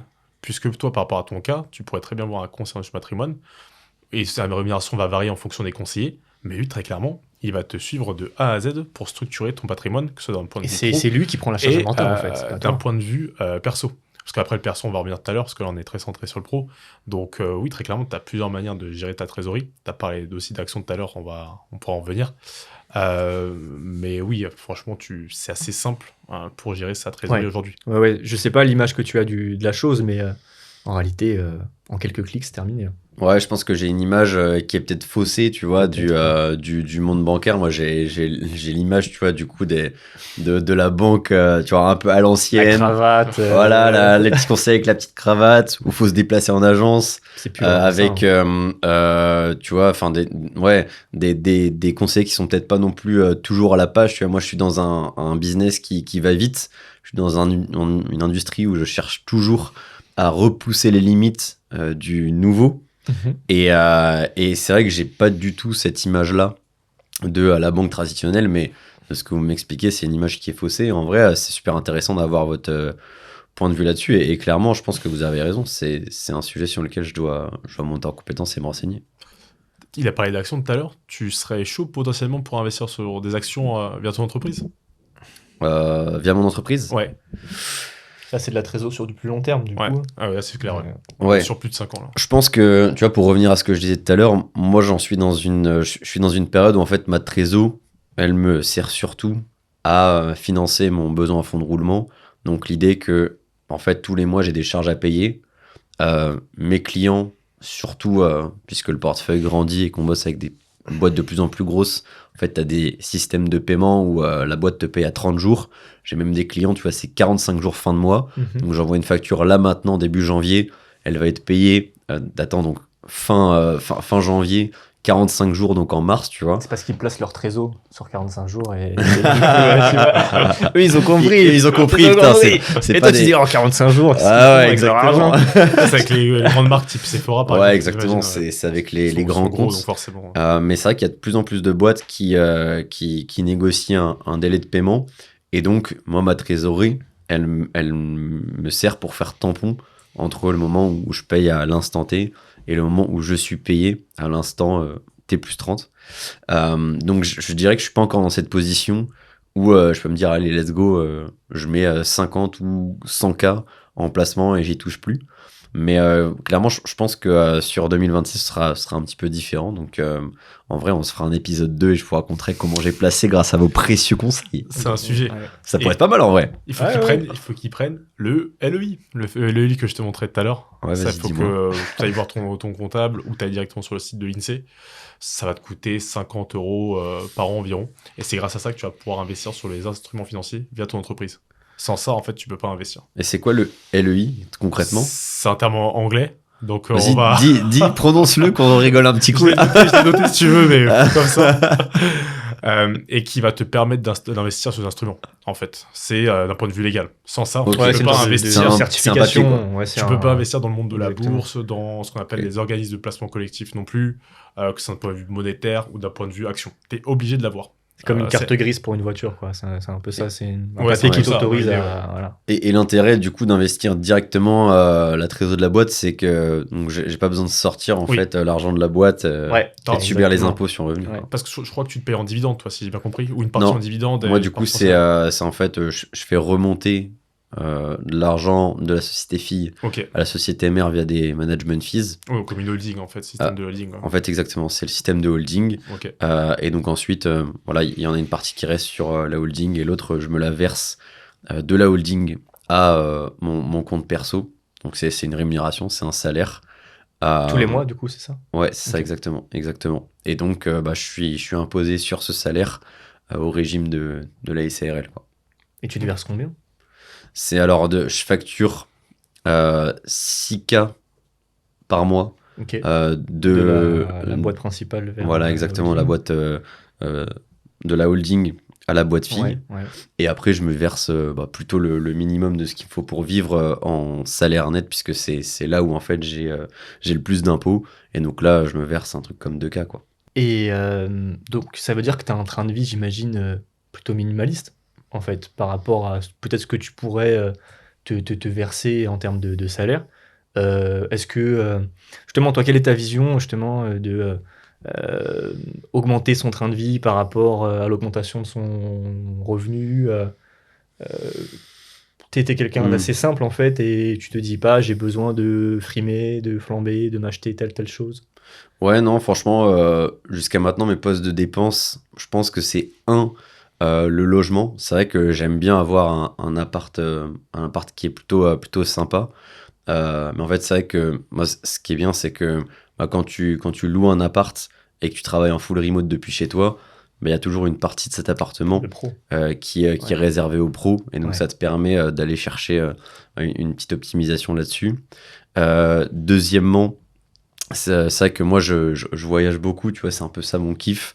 Donc, je dirais que le deuxième poste de dépense, c'est peut-être ça, tu vois, les billets d'avion. Mais après, au quotidien, enfin, je mange, je dors et je vais à la salle Ouais. et je taffe, quoi. Donc, c'est vrai que je suis pas du tout du genre à faire des folies. Ouais. Tu vois, bon, là, ça se voit pas à la caméra, mais si les gens voyaient J'allais en parler. ma paire de Je voulais en chaussures, parler. voilà, allez, je vous la montre, tac. Je pense que n'avais pas acheté ensemble celle-là en plus, toi et moi, il y a 3-4 ans peut-être. Exactement, c'est possible. Celles-ci, elles ont fait du scooter à Ouais, Bali. celles-ci, elles ont fait du scooter à Bali et du quad dans le désert, ouais. Laisse tomber. Et Non, est-ce mais- que tu penses que c'est une clé justement le fait de malgré que tes revenus augmentent, le fait de rester simple, de rester minimaliste? Je pense que c'est peut-être une clé du bonheur en vrai. Parce que c'est vrai que quand je vois les galères que la propriété, la notion de propriété peut apporter, tu vois, les gens qui ont des apparts, qui galèrent avec les travaux, les trucs, les machins, pareil, les gens qui ont des voitures, tu vois, tout ça, je me dis, ah ouais, moi, tu vois, vraiment, je suis dans une dynamique où j'ai envie d'avoir 100% de mon attention focus sur moi et sur ma boîte. Et dans ce cadre-là, j'ai envie d'avoir le moins de friction. Et donc, c'est pour ça que, ouais, en vrai, juste être là avec mon ordi, euh, mes 3 slips et ma salle de sport, franchement, c'est royal. Hein. Et est-ce 3 cibles, c'est pas assez quand même. Enfin, le troisième là. Oui, ça fait bah, le tour rapidement. ça sert à rien de nous donner des leçons d'hygiène. Daniel, hein, parce que là, si on va sur ce terrain-là, je pense que t'es mal barré. Et on sait que beaucoup On coupera ça. d'entrepreneurs se font coacher. Toi, est-ce que tu te fais coacher, que ce soit sur la partie justement plus mindset, gestion de vie, ou que ce soit sur la partie d'ailleurs pro, structuration de la boîte, enfin peu importe. Est-ce que tu as recours à ce type de coaching, de ce type de formation? Oui, bien sûr. Bah, je pense que donc déjà, côté business, moi, en vrai, toutes les compétences que j'ai acquises aujourd'hui, je les ai acquises au début dans des formations. Et puis, c'est vrai qu'après, une fois que tu as pris quelques formations et que tu as mis du temps dans ta montée en compétences, bon, bah, les compétences, tu les as. Et pour aller chercher les prochaines compétences qui vont te permettre de structurer une boîte, le mieux, en vrai, c'est de passer par des coachings. Alors, moi, je me fais pas forcément beaucoup coacher sur la partie business. Par contre, j'ai un réseau qui est assez intéressant. Je suis assez sociable. J'ai pas mal de potes qui sont plus avancés. Et du coup, je gratte des infos à droite à gauche, Ok. ce qui me permet en fait de progresser. Donc ça, c'est sur la partie business. Maintenant, sur la partie, on va dire, développement en tant qu'individu, spiritualité.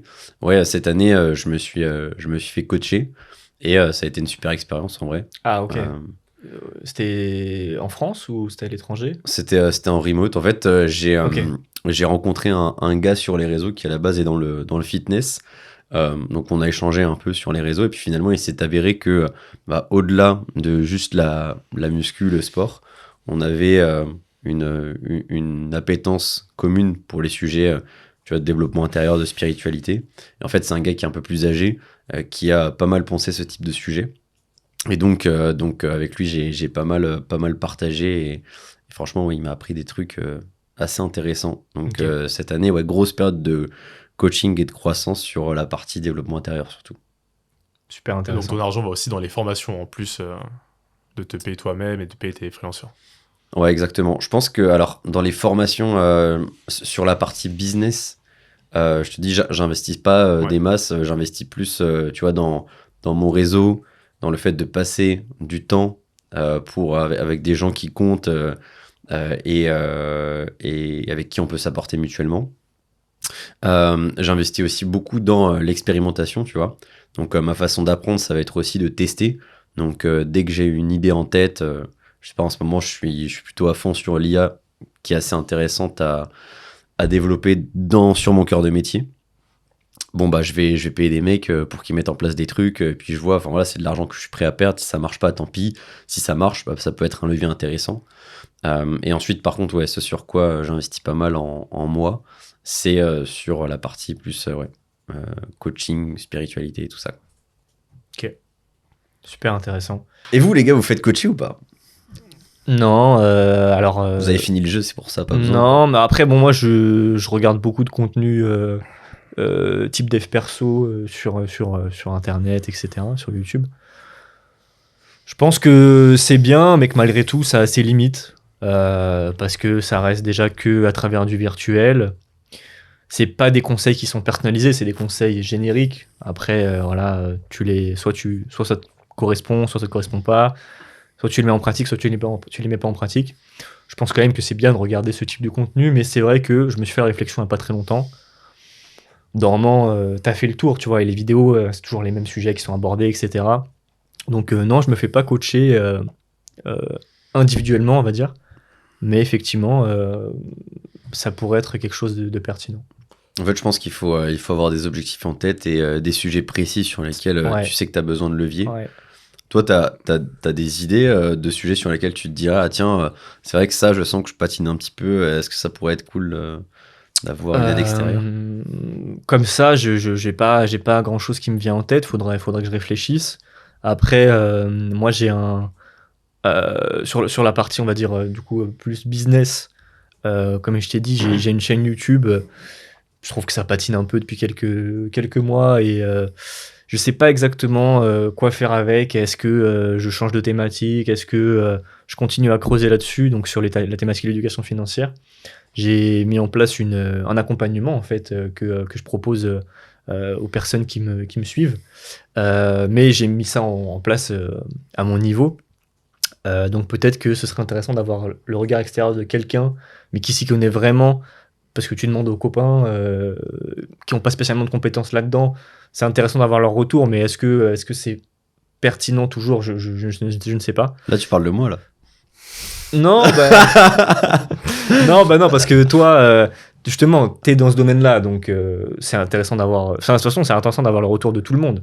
Mais après, c'est qu'est-ce que tu fais de chacun ses retours? Est-ce que...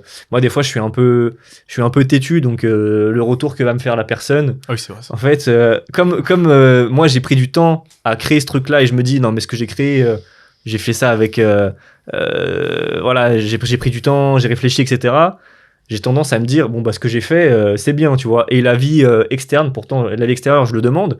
Mais quand la plupart des gens me donnent leur avis, mais ça, c'est valable pour plein de choses, hein, pas que sur ce thème-là, je vais dire, je vais écouter, je vais dire, ah oui, super, mais dans ma tête, je dis, qu'est-ce qu'il me raconte celui-là, tu vois. Je dis, qu'est-ce qu'il me raconte celui-là, mais alors que peut-être que juste, il faut que je sois plus ouvert à me prendre en compte des avis extérieurs et à les implémenter dans ce que je souhaite faire, tu vois. Ok. Mais peut-être, est-ce que toi, tu as ce biais-là, entre guillemets, de dire, je sais mieux que d'autres personnes et donc j'écoute pas spécialement les avis qu'on me donne? Je pense que moi, tu vois, une des premières choses un des premiers switch mental que j'ai eu de ce point de vue-là, c'est qu'en fait, je suis prêt à écouter, tu vois, être vraiment à l'écoute des gens. Par contre, c'est vrai que si on parle d'un sujet sur lequel la personne d'en face n'a pas atteint ce que moi je souhaite atteindre, en fait, il y a comme un bloqueur, tu vois, et j'écoute la personne parler et dans Mais ma tête, t'écoutes c'est d'une oui, oreille, tu vois. quoi, mais Exactement. Mais c'est pas parce que, tu vois, par exemple, là, on parle enfin, c'est votre domaine en vrai, le domaine de l'investissement, etc. Donc, même si, bah là, j'ai peut-être plus de trésorerie, de trucs de machin, en fait, je vous écoute parce que je considère que vous êtes au-dessus en termes de compétences. Donc, tu vois, je suis pas du tout dans une dynamique où je classe les gens en mode, ah ouais, je suis meilleur que celui-là ou quoi. C'est plus vraiment sur le sujet ouais, je suis qu'on est en d'accord, train d'aborder. je suis d'accord, ouais. Bah, est-ce que le frérot d'en face, il est plus avancé? Est-ce qu'il a atteint ce que moi je souhaite atteindre? Et si la réponse est non, je mets des petites écoutilles, tu vois. Et en vrai, c'est top parce que du coup, ça évite de fou le conflit. Donc ouais, c'est ça ce qui se Ouais, passe il y dans aura ma toujours tête de une ce personne point qui de sera vue-là. plus experte que nous dans un domaine, ça c'est clair. Exactement. Ouais, bien sûr, mais la question c'est est-ce que tu es prêt à remettre tes convictions en question Ouais. et écouter ce qu'elle te dit. Je pense que c'est une qualité de savoir faire ça.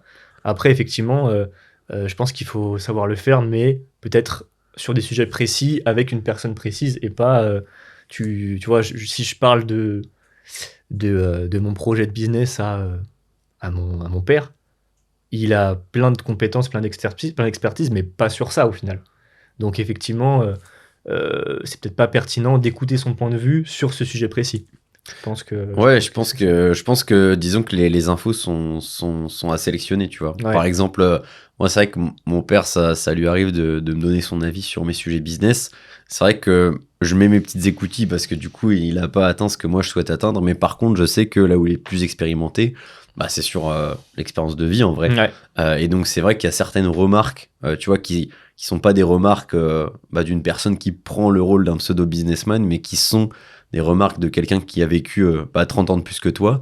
Et ça, tu vois, c'est un truc que je vais prendre en compte. Par exemple, je sais que sur les premières années, je me suis pas mal tapé la tête contre les murs intérieurement en me disant putain, c'est dur, c'est dur, c'est dur. Et lui m'a toujours dit, ouais, mais une boîte, ça se monte sur 10 ans, quoi. Et c'est vrai que moi, qui est baigné dans le contenu sur TikTok, sur YouTube, auquel notre génération est soumise, c'est vrai que t'as toujours cette impression que tout le monde réussit du jour au lendemain, Ouais. alors qu'en vrai, le succès, l'overnight success prend des années, tu vois. Et c'est vrai que, tu vois, ça, pour le coup, c'est une remarque de mon père que j'ai toujours bien écouté. Donc, je dirais que, moi, je pense qu'il faut vraiment rester humble Ouais, et je suis se d'accord. dire que tu peux apprendre de tout le monde. Enfin, moi, dès que j'ai l'occasion d'apprendre, j'apprends. Ouais. Juste, il y a certains sujets. Tu vois, si toi, demain, tu me donnes un conseil sur comment gérer des campagnes de pub, parce que tu l'as J'ai vu aucune dans une expertise, vidéo YouTube, là-dessus, donc, je vais te dire ouais. oui, Anto, mais je vais peut-être essayer d'aller chercher un peu de Ouais. débat pour voir si Ouais. toi, t'es ouvert au débat. Mais si tu commences à me faire chier en Tu vas mode faire non, un- c'est comme ça qu'il faut faire, je vais dire allez, c'est bon, Oui, oui. next. Tu vas quoi. lui faire un sourire narquois un petit peu. Ouais, tu vois, il va Voilà, faire ses petites, exactement. tu sais, ses petites, Petites blagues à les la petites Mathias, blagues, quoi. ses petites piques qu'il adore Exactement, faire. exactement. Ouais, exactement, je vois le genre. Mais juste, Euh, j'avais une question pour revenir au sujet de ta chaîne YouTube. C'est intéressant, puisqu'on parlait développement intérieur et tout ça. Donc, tu dis que sur ce sujet, toi, tu penses éventuellement à te faire coacher. Qu'est-ce qui fait que tu l'as pas encore fait? Enfin, après, oui, je t'ai dit que je pensais à me faire coacher. En fait, je suis en réflexion. Ce qui fait que je l'ai pas encore fait, c'est que je me dis, bah, je peux encore, moi, à mon niveau, trouver des solutions que je peux trouver sans avoir besoin de me faire coacher. Ouais, en gros, tu t'es pas encore donné assez à fond Ouais, pour exactement. avoir recours à une solution extérieure. Ouais, en mode, putain, exactement. je trouve pas Mais la en tout, solution. Je trouve que c'est multifactoriel. Le premier facteur, c'est que je me dis, bah, je peux encore me dépatouiller tout seul pour trouver des solutions. Deuxième facteur, c'est que j'ai pas mis 100% de mon focus sur ce projet-là. Et si je suis honnête, je rentre pas le soir du boulot et je me mets directement sur ce projet-là. Tu vois, genre, j'ai pas été assez focus. Je l'ai été, mais peut-être pas assez pour me dire, ok, j'ai testé tout ce que je pouvais tester. J'ai besoin d'avoir une compétence extérieure qui viennent m'épauler et je peux plus je sais plus où aller en fait, tu vois. Mhm. Anto, Et je sais pas qu'est-ce- si t'en as parlé, mais t'avais suivi une formation. Oui, c'est vrai. J'avais Enfin, suivi une formation justement pour la mise en place du site, etc. Et après je pense que j'ai pas été assez consistant sur justement parce que dans cette formation il y avait quand même un suivi, etc. Mais j'ai pas mis en je suis honnête, hein, j'ai pas mis en place tout ce que je pouvais mettre en place pour réussir à 100%, tu vois, je pense. Et t'as eu peut-être un temps d'arrêt trop long aussi. Hein. De mémoire, t'as peut-être arrêté pendant 3 mois de publier. non Ouais. Après, je pense pas que ce soit qu'une question de publication de contenu, mais c'est un tout en fait, hein, c'est un tout. Mais je remets plus la faute sur moi que sur le destin, tu vois. Je me dis, oui, ok, bon. Enfin, je mets peut-être 20%, j'ai 20% de moi qui me dit, ah merde, pourtant j'ai fait les choses bien, etc., ça fonctionne pas. Et 80% qui me dit, bon, ok, mais ça fonctionne pas. Si ça fonctionne pas, c'est certainement que j'ai pas été le plus efficace possible, en fait. Hein. Donc, Mhm. je culpabilise pas parce que c'est pas très grave, tout va bien. C'était un projet en plus, en fait, tu vois. Mais je pense que c'est moi qui est pas encore assez bossé le sujet pour justement, comme tu as dit, une boîte, ça met du temps à se construire. Là, c'est pas une boîte, mais c'est un projet perso. Toi, je te connais et je sais que quand tu fais un truc, tu vas le faire de 6h du mat à 22h, tu vois. Enfin, j'extrapole un peu, mais c'est un peu ça. Moi, je pense que j'ai pas été assez focus, comme beaucoup de personnes. Au final, tu sais, des fois, tu te lances dans un truc. Je suis quand même allé au bout du truc, mais ce qui est bien, c'est que tout ce que j'ai fait, c'est pas perdu. Tu vois, je peux le réutiliser. Je peux la semaine prochaine me dire, bah écoute, je me remets à fond sur le sujet pendant un mois et on voit ce que ça donne. Et derrière, je peux, si besoin, faire appel à quelqu'un de compétent extérieurement. Mais en tout cas, à l'heure actuelle, je pense que j'ai pas mis tout ce que je pouvais mettre en place. À 100%. Ouais, c'est intéressant. Et c'est une priorité, en fait. J'ai pas dû considérer que c'était la priorité numéro 1, tu vois. Ouais, c'est hyper intéressant. Et tu vois, ça m'amène une question que vous pouvez me retourner après si vous voulez. Mais c'est vrai que moi, je traîne en vrai qu'avec des entrepreneurs. Et en vrai, ce truc de, tu sais, tu disais à l'instant, ouais, je te connais, quand toi, tu as un projet, tu y vas de 6h à 22h et tu n'arrêtes pas tant que ça marche. C'est vrai que c'est un peu comme ça que tous les gens avec lesquels je traîne au quotidien, on fonctionne. Et en vrai, moi, je comprends de ouf qu'on soit pas tous câblés pareil, tu vois, et qu'il y en a qui soient pas dans cette mentalité-là. Et en vrai, ce qui compte, c'est d'être heureux à l'intérieur, tu vois. Donc, on s'en fout qu'il y en ait qui soient à fond sur leur projet, qu'il y en ait d'autres qui prennent la vie en mode plus chill. Mais du coup, ma question, c'est quoi qui vous drive au quotidien? Parce que du coup, nous, les entrepreneurs, c'est nos projets, etc. Tu vois, on est matrixé un peu par ça. Je dis pas du tout que c'est la meilleure chose, mais je trouve que, du coup, ce serait intéressant d'avoir votre point de vue aussi. C'est quoi qui vous drive, qui fait que vous vous levez le matin, etc. Il est déjà à la dernière partie. C'est la partie mindset. C'est une question qu'on voulait te poser. C'est pour ça que je vous ai introduit la question de vous disant que vous pourrez me la retourner. Tu veux commencer à répondre? Ouais, j'ai déjà beaucoup parlé. C'est vrai que t'as beaucoup parlé tout à l'heure. Parle en portugais, s'il te plaît. En portugais. En portugais.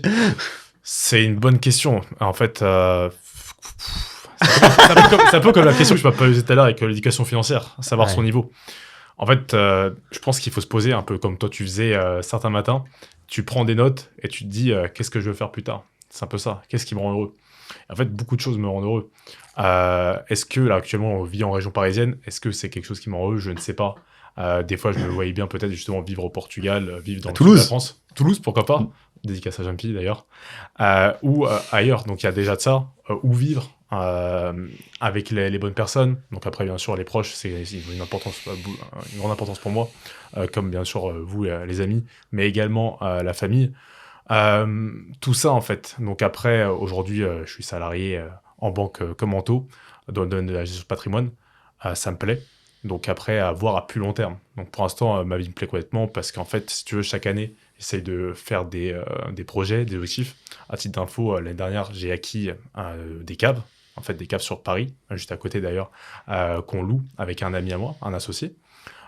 Et également, j'ai un bien immobilier locatif. Donc, je suis très content de moi, puisqu'aujourd'hui, j'ai 26 ans. Et d'avoir établi tout ça à mon âge déjà, je peux le dire, je suis plutôt fier.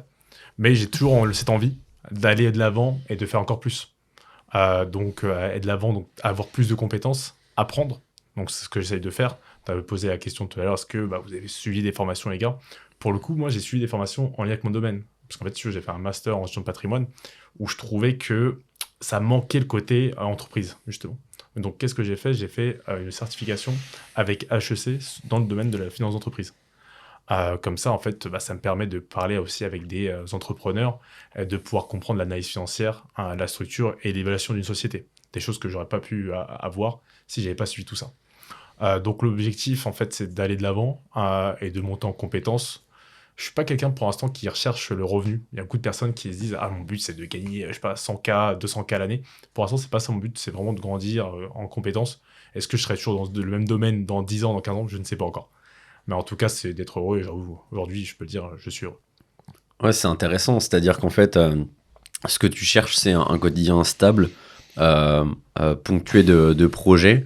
Et en fait, à partir du moment où tu sens que tu avances, c'est à ton kiff, quoi. Ouais, exactement. Je trouve que c'est un signe de maturité, justement, dont nous, les entrepreneurs, entre guillemets, on manque parfois. C'est que nous, en fait, on a envie de taper gros, le plus gros possible, sur tout ce qu'on lance, quitte à sacrifier, parfois et même souvent, le bonheur à très court terme, tu vois.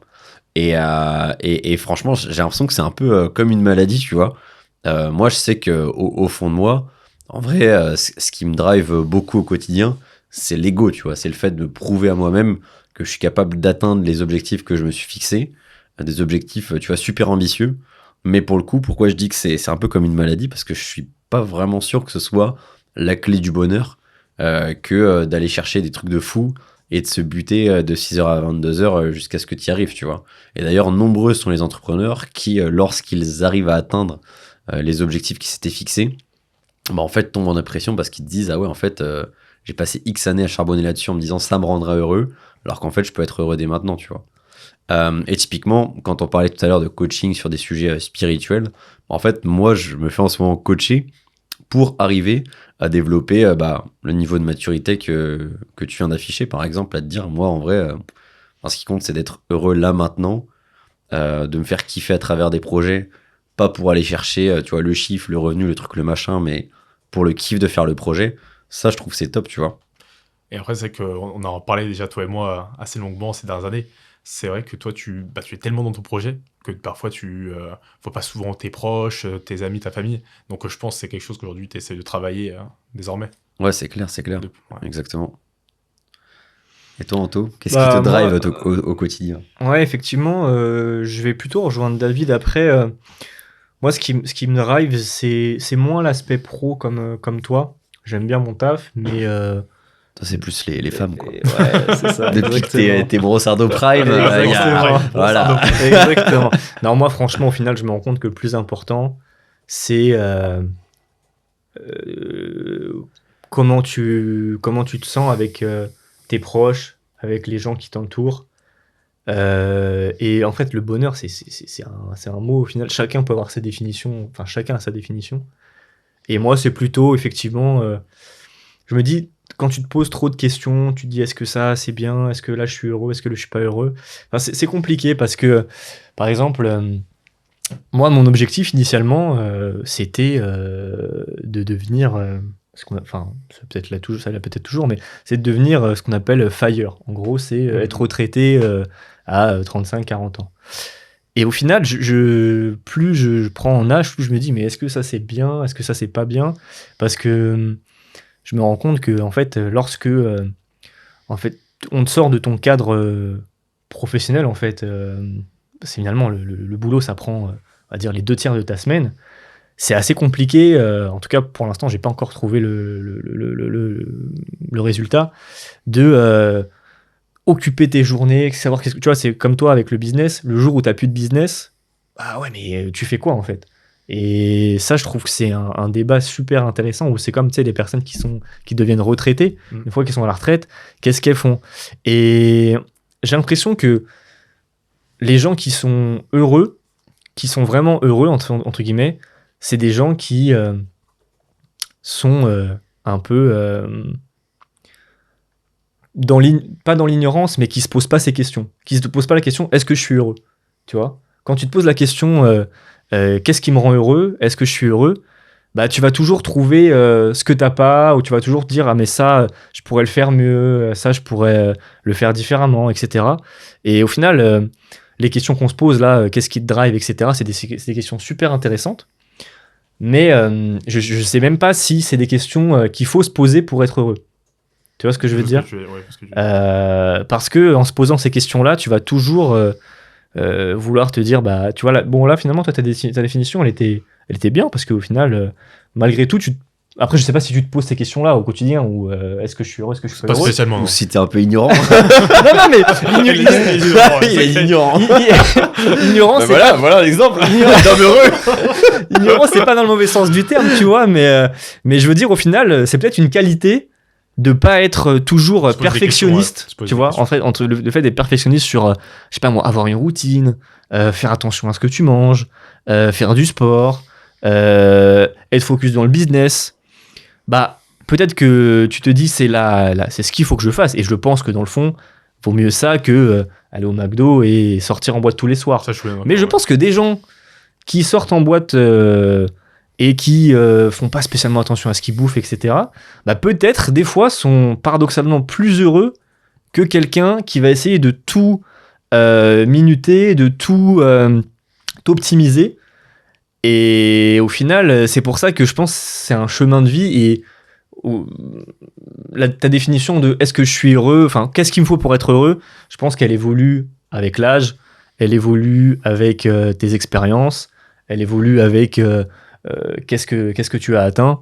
Donc ouais, au final, moi aujourd'hui, le stade où j'en suis, c'est plutôt ce qui me rend heureux, c'est de, tu vois, par exemple, ce qu'on fait là, ça, en vrai, je kiffe, tu vois. Et j'échange, je préfère largement, limite, c'est faire ça tous les jours. Elle me l'a dit hier, elle dit, je suis chaud, David, je suis chaud. Ah ouais, j'ai dit ça. Ouais, peut-être, ouais. Je préfère largement... T'as d'autres remarques comme ça? Non mais tu vois, genre tu fais ça, après tu vas te boire un verre, après tu vas te faire une petite séance de sport entre potes, etc. Au final, je trouve que c'est vraiment ça qui me rend heureux, plutôt que de me dire j'ai atteint telle compétence professionnelle en plus, etc. Enfin, c'est ma vibe actuelle, quoi. Ouais. Voilà. En fait, finalement, ça ressemble, toi et moi, ça se ressemble. On parlait de l'aspect pro, c'est vrai. Après, toi, j'ai l'impression que t'es vraiment un gros, c'est pas une critique, hein, un pilier important pour toi et pour beaucoup de personnes d'ailleurs. Hein. C'est vraiment l'aspect pro. C'est 5 jours sur 7. Hein. Non mais c'est vrai. Mais ce que je veux dire, c'est tu mets beaucoup d'importance à tiens, quel est le prochain poste que je vais avoir, où j'en suis dans ma carrière professionnelle. Et c'est bien de faire ça. Moi, tu te fais des bilans en fait. C'est bien de faire ça. En fait, pour le coup, une fois par an environ, pour voir où t'en es. Mais en fait, c'est un vaste tout. C'est à la fois tes objectifs perso, tes objectifs patrimoniaux et aussi ton côté professionnel. C'est un peu la définition de la définition patrimoine. Ouais, clairement. Mais ouais, c'est de voir en fait dans tous les volets. C'est comme ça que je suis d'accord. Ouais. Moi, par exemple, tu vois, l'argent, c'est... après, bon... c'est pareil, chacun... Voilà, si je vais dire ça, peut-être que je vais me faire taper dessus dans les commentaires, mais... Dans les 3 commentaires. Exactement. Le commentaire de ma mère, le commentaire... Je pense qu'il y aura la suite Delphine. Il y aura suite ta mère aussi. Et Marie, elle va regarder ou pas? Avec les sous-titres. Mais genre, tu sais, que je gagne, je sais pas moi, 3 000, 4... Enfin, que j'ai 50 000 euros de côté, 70 000 euros ou 100 000 euros de côté, je m'en fous en fait. Enfin, en vrai, c'est plus un jeu, genre ça va peut-être poser à 5% dans mon niveau de bonheur. Mais comme tu disais tout à l'heure, atteindre X revenus, etc., franchement, je n'ai rien à faire. Après, c'est sûr que l'argent, ça te sert à faire plein de choses. Mais genre, aller boire un verre avec des potes, t'as pas besoin d'avoir 500 000 balles de côté pour le faire, tu vois. Donc, l'argent, c'est plus un bonus, mais c'est pas ça qui va me rendre heureux, en tout cas. Est-ce qu'on peut revenir sur un des objectifs patrimoniaux de Mathias qu'on n'a pas encore parlé? Ouais. T'as parlé parce que là, les trucs perso, ça suffit, quoi. Parce que non, mais c'est bien, on fait un mix des deux. T'as parlé de Delphine, qui est ta maman. Ouais, exactement. Et tu as dit que l'objectif patrimonial, mettre la daronne à l'abri. Ouais, c'est bien. Ah oui, parce qu'ils m'ont fait passer un petit questionnaire. Qu'est-ce que ça veut dire, mettre la daronne à l'abri pour toi? Ouais, c'est vrai. Bonne question, David. En vrai, mettre la daronne à l'abri, c'est très simple. Hein. Franchement, ma mère, j'ai beaucoup de respect en vrai pour elle parce qu'elle fait un métier qui est pas facile. Elle est directrice d'école en ZEP, donc je crois que ça s'appelle REP+, maintenant, donc dans les quartiers. Et franchement, ouais, à chaque fois que je rentre chez mes parents, voilà, des anecdotes de fou à nous raconter sur la façon dont en fait se passe la vie au quartier en tant que directrice d'école. Et en vrai, je la sens souvent épuisée, tu vois. Et c'est vrai que, tu vois, quand tu vois ta mère qui a tant donné pour toi toute ta vie, enfin, surtout durant ton enfance et encore même maintenant, t'as envie de lui rendre cet amour-là, tu vois.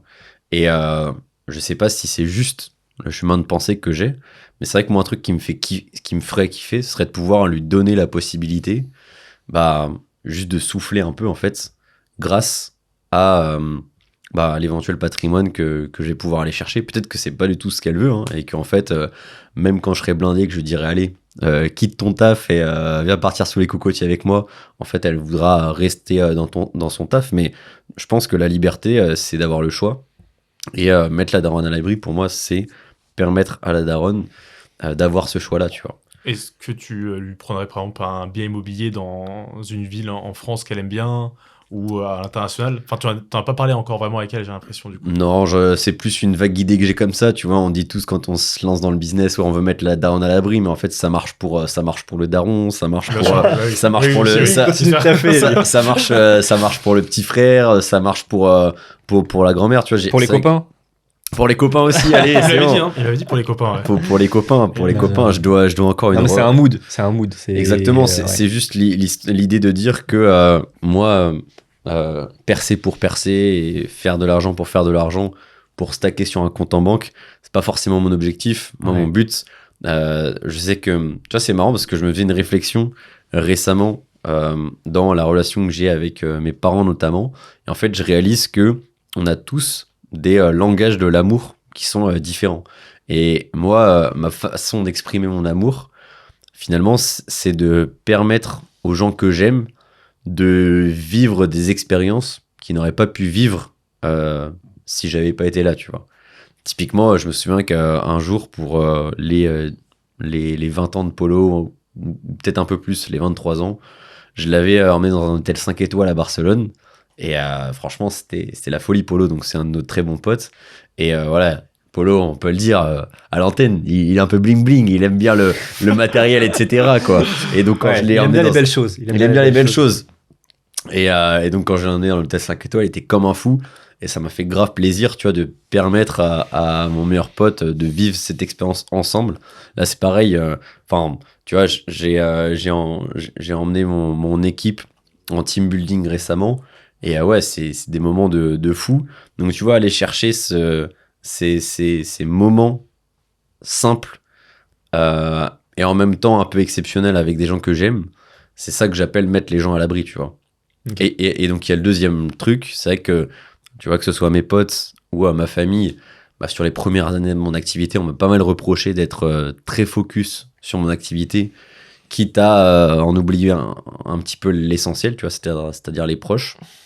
Et en fait, là, je réalise que bah, grâce à ma boîte qui grandit et à l'argent que j'arrive à commencer à générer, bah, je peux aussi me dégager du temps pour, lorsque je suis avec mes proches, être vraiment là où avant j'étais là sans C'est être plus là, tu vois. compliqué. Donc, je pense que c'est tout ça que j'entends par mettre la daronne à l'abri, tu vois. Ok. Ça marche. Et je te pose une question, David. Ça va, Non, ok, mais très histoire de recentrer un peu aussi sur la partie, bien. ce pour qu'on est là, la partie patrimoniale.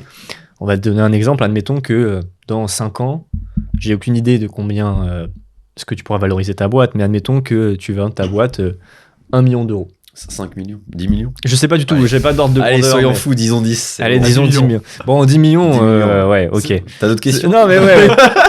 Vas-y, on dit 1 million. Allez, on va dire 1 million parce que 10 millions. simplifier les Voilà, logiques. pour simplifier, Quoi, exactement. tu crois pas en moi? C'est ça que t'es en train de me dire? Bah non, on va gérer 1 million, puis le 9 millions, tu feras ce que tu veux avec. Tu le mettras sur un compte à terme. Ah, tu vas faire la répartition du million. Ouais, en fait, ce que je voulais poser comme question à David, mais c'est une question après pour qu'on en discute ensemble, c'est, admettons que Mathias, à 30 ans, il vende sa boîte 1 million d'euros. Qu'est-ce qu'on peut lui suggérer comme solution patrimoniale pour justement mettre la daronne à l'abri et le mettre lui aussi à l'abri? Si j'ai bien compris, si je peux me permettre, donc c'est all-in crypto. Ce que je disais tout à l'heure. Mais d'ailleurs, juste avant que David réponde, admettons que tu vendes ta boîte, est-ce que tu as pour objectif de refaire une autre boîte ou tu sais pas du tout encore hein, mais Ce que j'allais poser, en fait, ce que j'allais Ouais. dire. Connaissant le Mathias, je moi pense ça qu'il- m'étonne. Quand j'ai lu le formulaire, je me suis dit, bah non, mais s'il vend sa boîte, il va forcément derrière refaire autre chose. Tu sais, un peu comme Elon Musk, il vend PayPal, il réinvestit tout sur SpaceX, tu vois. Mais j'ai pas l'impression que tu étais dans ce mood-là quand tu as répondu au formulaire. En fait, c'est vrai que c'est. Tu sais, moi, je sais pas ce que je vais manger ce soir. Donc, c'est vrai que me poser la question de ce que je ferais dans 5 ans si jamais je revends ma boîte, c'est assez loin. J'ai Bah, pas. si tu devais vendre aujourd'hui, par Mais- exemple. Bah, si je devais vendre aujourd'hui. Aujourd'hui, tu vends 1 million. Tu fais quoi? En vrai, je pense que j'essaierai de placer grâce à un Tu vas gestionnaire voir. de patrimoine. Tu vas Je voir. viendrai vous voir exactement. Je ferai pas de bêtises. J'irai chercher mes 5% par an parce que 5% d'un million, ça commence à faire beaucoup de cash, 50 quoi. 000, c'est ça. Et donc, non, mais au-delà de ça, je pense que, tu vois, à l'instant T, là, si je revendais, bah, je garderais une partie du cash pour multiplier les expériences, tu vois. Hmm. Voyager, rencontrer des gens et remonter un projet. mais un projet qui soit peut-être encore plus aligné avec mes valeurs, avec qui je suis, dans le sens où ce que je fais aujourd'hui, en vrai, c'est lourd, mais je suis un peu tombé dedans comme ça, tu vois. Enfin, c'est-à-dire que quand j'étais petit, je disais pas à mes parents, ouais, moi je veux faire la creative stratégie sur Meta, tu vois. C'est juste qu'en fait, la vie a fait que j'ai développé une compétence là-dessus. Bah, j'ai eu du bol, le marché est en évolution. Ça te fait kiffer, mais c'est pas ta passion. Non, c'est pas ma passion, tu vois. C'est-à-dire que je suis super content d'être arrivé dans cette industrie parce que je trouve que le défi est assez fou. En gros, l'objectif, c'est de partir de la data pour proposer du contenu créatif. Tu vois, ça mêle data et créativité, c'est top. Dans le cadre de l'agence, tu as l'occasion de te confronter à des problématiques de recrutement, de management, de fidélisation des gens. C'est une aventure humaine. Donc, il y a plein de trucs qui sont top. Mais c'est vrai que moi, j'ai toujours un peu ce truc de... J'ai envie d'impacter la vie des gens, tu vois. J'ai envie de changer des vies. Et je pense que il y a peut-être d'autres projets sur lesquels passer du temps, qui pourraient avoir plus d'impact. Donc là, je suis un peu en mode, bon, j'ai une opportunité, je la saisis, je trace. J'avance avec comme ligne de mire l'idée de structurer ma boîte pour la revente. Si jamais, in fine, je m'y sens bien, je reste dans ma boîte. Si j'ai envie de revendre, en fait, c'est comme l'histoire de la daronne à l'abri, j'ai envie d'avoir le choix finalement. Et puis si je choisis de revendre, en vrai, je fais ça, je place, tac, 5-10% par an, et puis je garde une petite partie pour multiplier les expériences et me dire, ok, quel projet je remonte, qui soit cette fois le projet d'une vie, tu vois, et moins le projet d'un ado qui rêve en slip depuis sa chambre à devenir millionnaire, tu vois. Ok. Donc ça. T'es plutôt slip que caleçon, parce que tout à l'heure aussi, j'emmène 3 slips dans. Ouais, j'aime bien les petits slips. J'aime bien les petits slips. 3 maximum. Que 3 max. Mais juste pour finir aussi, pour moi, il y a un truc très important, c'est la famille. En vrai, j'ai envie de fonder une famille. Et c'est vrai que moi, mon goal, c'est de pouvoir me permettre d'être un père ultra présent quand j'aurai des enfants, tu vois. Et c'est vrai que tout à l'heure, tu disais, Anto, ouais, c'est vrai que moi, 50 000, 70 000 de côté, on s'en fout. T'as pas besoin de 50 000 balles de côté pour aller boire une bière entre potes, tu vois. Et je suis assez d'accord, mais j'ai quand même l'impression que le jour où t'as une famille à charge, le game n'est plus le même. Et qu'avoir, tu vois, soit un patrimoine, soit un flux financier intéressant, c'est quand même une base. Je suis d'accord. Et donc, j'ai aussi cet objectif en tête d'avoir à la fois les finances et le temps pour être présent pour ma future famille.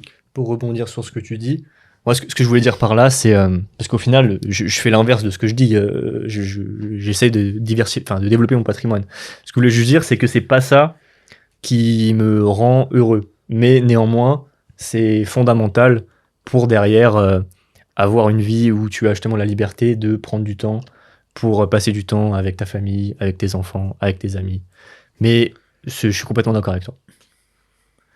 Mais du coup, par exemple, donc admettons, Mathias il veut placer ses 1 million d'euros.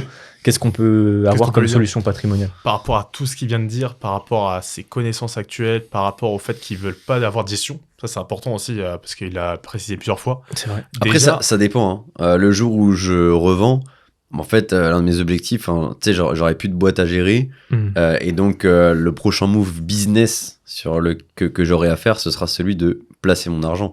Donc là, je pense que dans le cadre où je revends, mon focus et ma charge mentale, ça ira sur où je mets cet argent-là, tu vois. Ok, très clair. Après, je me permets de le préciser.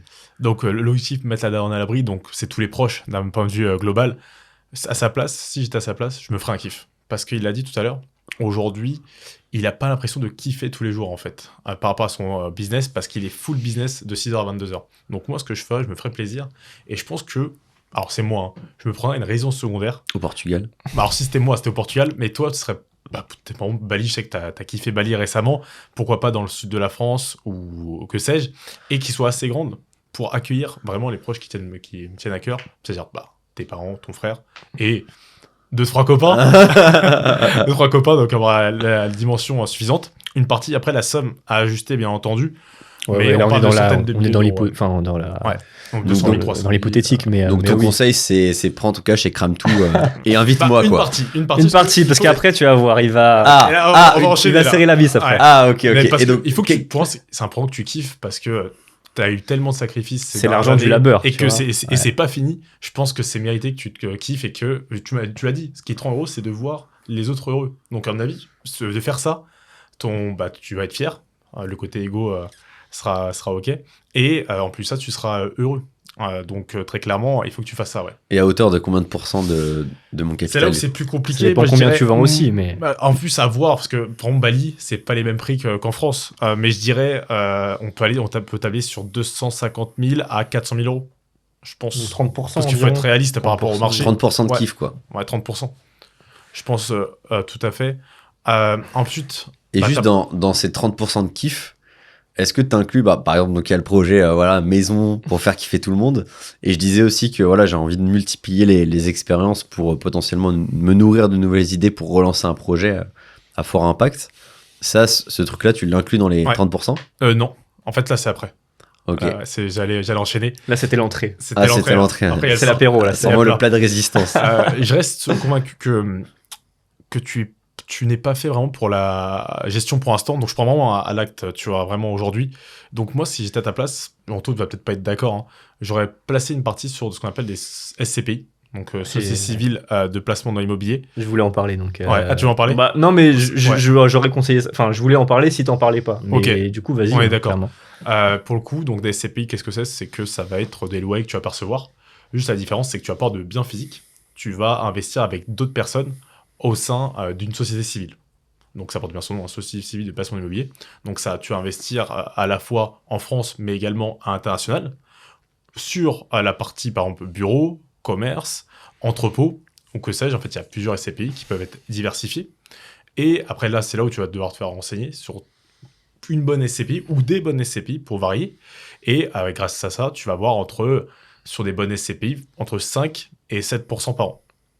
Putain, on s'est pas concerté, hein, mais... On est d'accord, ouais, je pensais à la même chose. exactement à ça dans les transports avant de venir. J'ai dit oui, entre 5 et 7, Je trouve que c'est etc. complètement adapté pour Ouais, le coup par clairement, rapport à Mathias, clairement. c'est pas encore plus par rapport à ce qu'on vient de dire. Et en plus ça, tu vas avoir des revenus récurrents. Ouais. En fait, tu vas avoir des revenus soit mensuels, soit trimestriels que tu vas percevoir grâce au SCPI.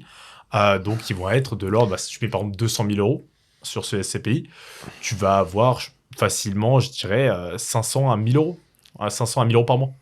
Donc, tout ça acquis en fait. Et pour le coup, le risque, il existe, mais il est plus faible que si tu t'investissais en direct sur un bien immobilier. Tu vois, là, j'ai fait 300 000 fois 7%, donc ça fait 21 000 euros à l'année. Donc on est environ sur 1500 euros par mois. Même 1500 euros par mois, ouais. Tu vois, donc en fait, ça te permet de toi te dire, ok, j'ai des revenus qui tombent automatiquement tous les mois sans que je n'ai plus rien à faire. Et ça, en fait, c'est... Après, il faut voir la gestion de la SCPI, mais normalement, c'est des revenus qui sont récurrents jusqu'à soit que la SCPI se ferme, soit que tu décides de retirer ton argent. Donc, tu peux avoir 1500 euros qui tombent pendant 40 ans, en fait, tous les mois. Et ça, en termes d'imposition, ça...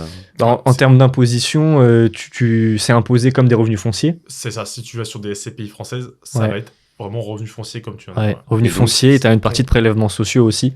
Je regardais, justement, je vérifiais ça avant de venir. Si tu investis sur des CPI en France, en fait, c'est ta tranche marginale d'imposition. Donc, admettons que tu as une tranche supérieure à 30%, plus les prélèvements sociaux. Donc, c'est vrai que l'imposition, elle est entre 30 et 45%, en fait, quoi. Ok. C'est, Donc il me reste 750, quoi. Enfin, non, 800. Ouais, on va dire ça. Mais malgré tout, ça te fait de la... Et après, par contre, si tu investis sur des SCPI qui sont pas en France, tu Ouais. peux avoir C'est- une ça peut être imposition plus souple, en fait. Au lieu d'être à 30%, tu vas Ouais. peut-être être plutôt à 18-19%. Ouais, exactement. En fonction des pays, hein, c'est toujours pareil. Mais je sais que Ça dépend des ouais, conventions c'est- fiscales, et etc. aussi des conventions Ouais. fiscales, ouais. C'est pays qui vont être aux Pays-Bas, en Allemagne. Pour le coup, tu vas être environ à 19% en imposition. Et tu n'auras pas de prélèvements sociaux. Mais après, ça, effectivement, ça va dépendre de plein de choses. Ça va aussi dépendre de ta résidence fiscale. Est-ce que tu es toujours résident en France Aussi, ouais. ou est-ce que tu t'expatries à l'étranger si c'est un kiff pour toi? Donc, SCPI, c'est une bonne solution, je suis d'accord avec toi, parce que ça te permet d'avoir de l'argent qui est placé. C'est un placement, la SCPI, qui est risqué, mais qui est peut-être moins risqué qu'un placement boursier. Tu peux quand même retirer ton argent si tu le souhaites. Après, c'est pas vraiment liquide, c'est pas comme de l'argent que tu mets sur un compte à terme. Tu vois, le fait de pouvoir retirer son argent, ça peut prendre quelques semaines ou quelques mois, ça va dépendre en fait. Mais au moins, ça te fait un revenu récurrent qui tombe pour financer ton train de vie quotidien, sans que tu aies besoin de travailler. Tu vas pas vivre la fast life non plus, mais ça te fait un revenu récurrent. Donc ça, une partie en Oui, SCPI. une partie SCPI. J'ai pensé également à, tu vas me dire ce que tu en penses, à la gestion conseillée sur un plan d'épargne d'action, parce que lui, il aime bien comprendre. Mathias aime bien comprendre ce qu'il fait quand même. Approche-toi Donc- du micro, ouais, je pense. Ok. Il aime bien comprendre ce qu'il fait, donc je pense que la gestion conseillée sur un plan d'épargne d'action notamment, pourquoi pas compte titre, mais commencer par un plan d'épargne d'action parce que tu n'en as pas. D'ailleurs, il faut que tu l'ouvres vraiment dès maintenant. Là. Demain, tu vas voir ton Là, il a les banquier contrats dans la mallette. et tu ouvres un PEA. Non, un PEA où tu mettrais, là, pour le coup, 150 000 euros, qui pourrait mettre au taquet. Et en fait, la gestion conseillée, c'est quoi? C'est que tu vas faire confiance à des experts qui vont te conseiller directement sur des titres, sur des secteurs, pour placer ton argent. Et donc là, en fait, c'est un service qui est payant. Mais en fait, tu vas avoir quelqu'un au bout du fil qui va dire, ah oui, bah, par rapport à votre profil, ok, moi, je vous conseille d'investir sur telle entreprise, sur tel secteur. Et par rapport, et il va t'expliquer pourquoi. Donc, il y aura vraiment une analyse qui est fondamentale, également en lien avec la macro et la microéconomie. Et toi, je pense que par rapport à ton profil, c'est vraiment ce qu'il te faut.